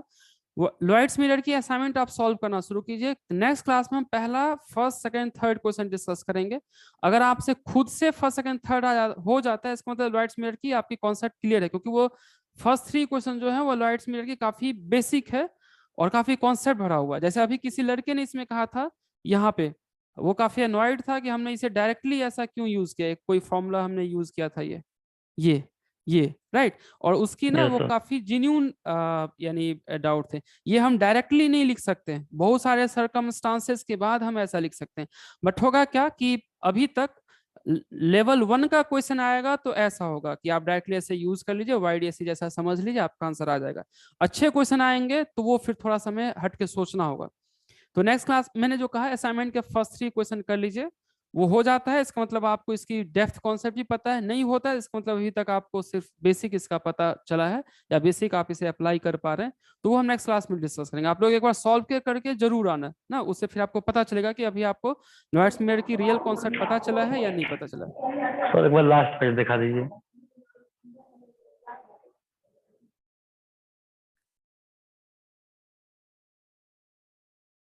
हो गया?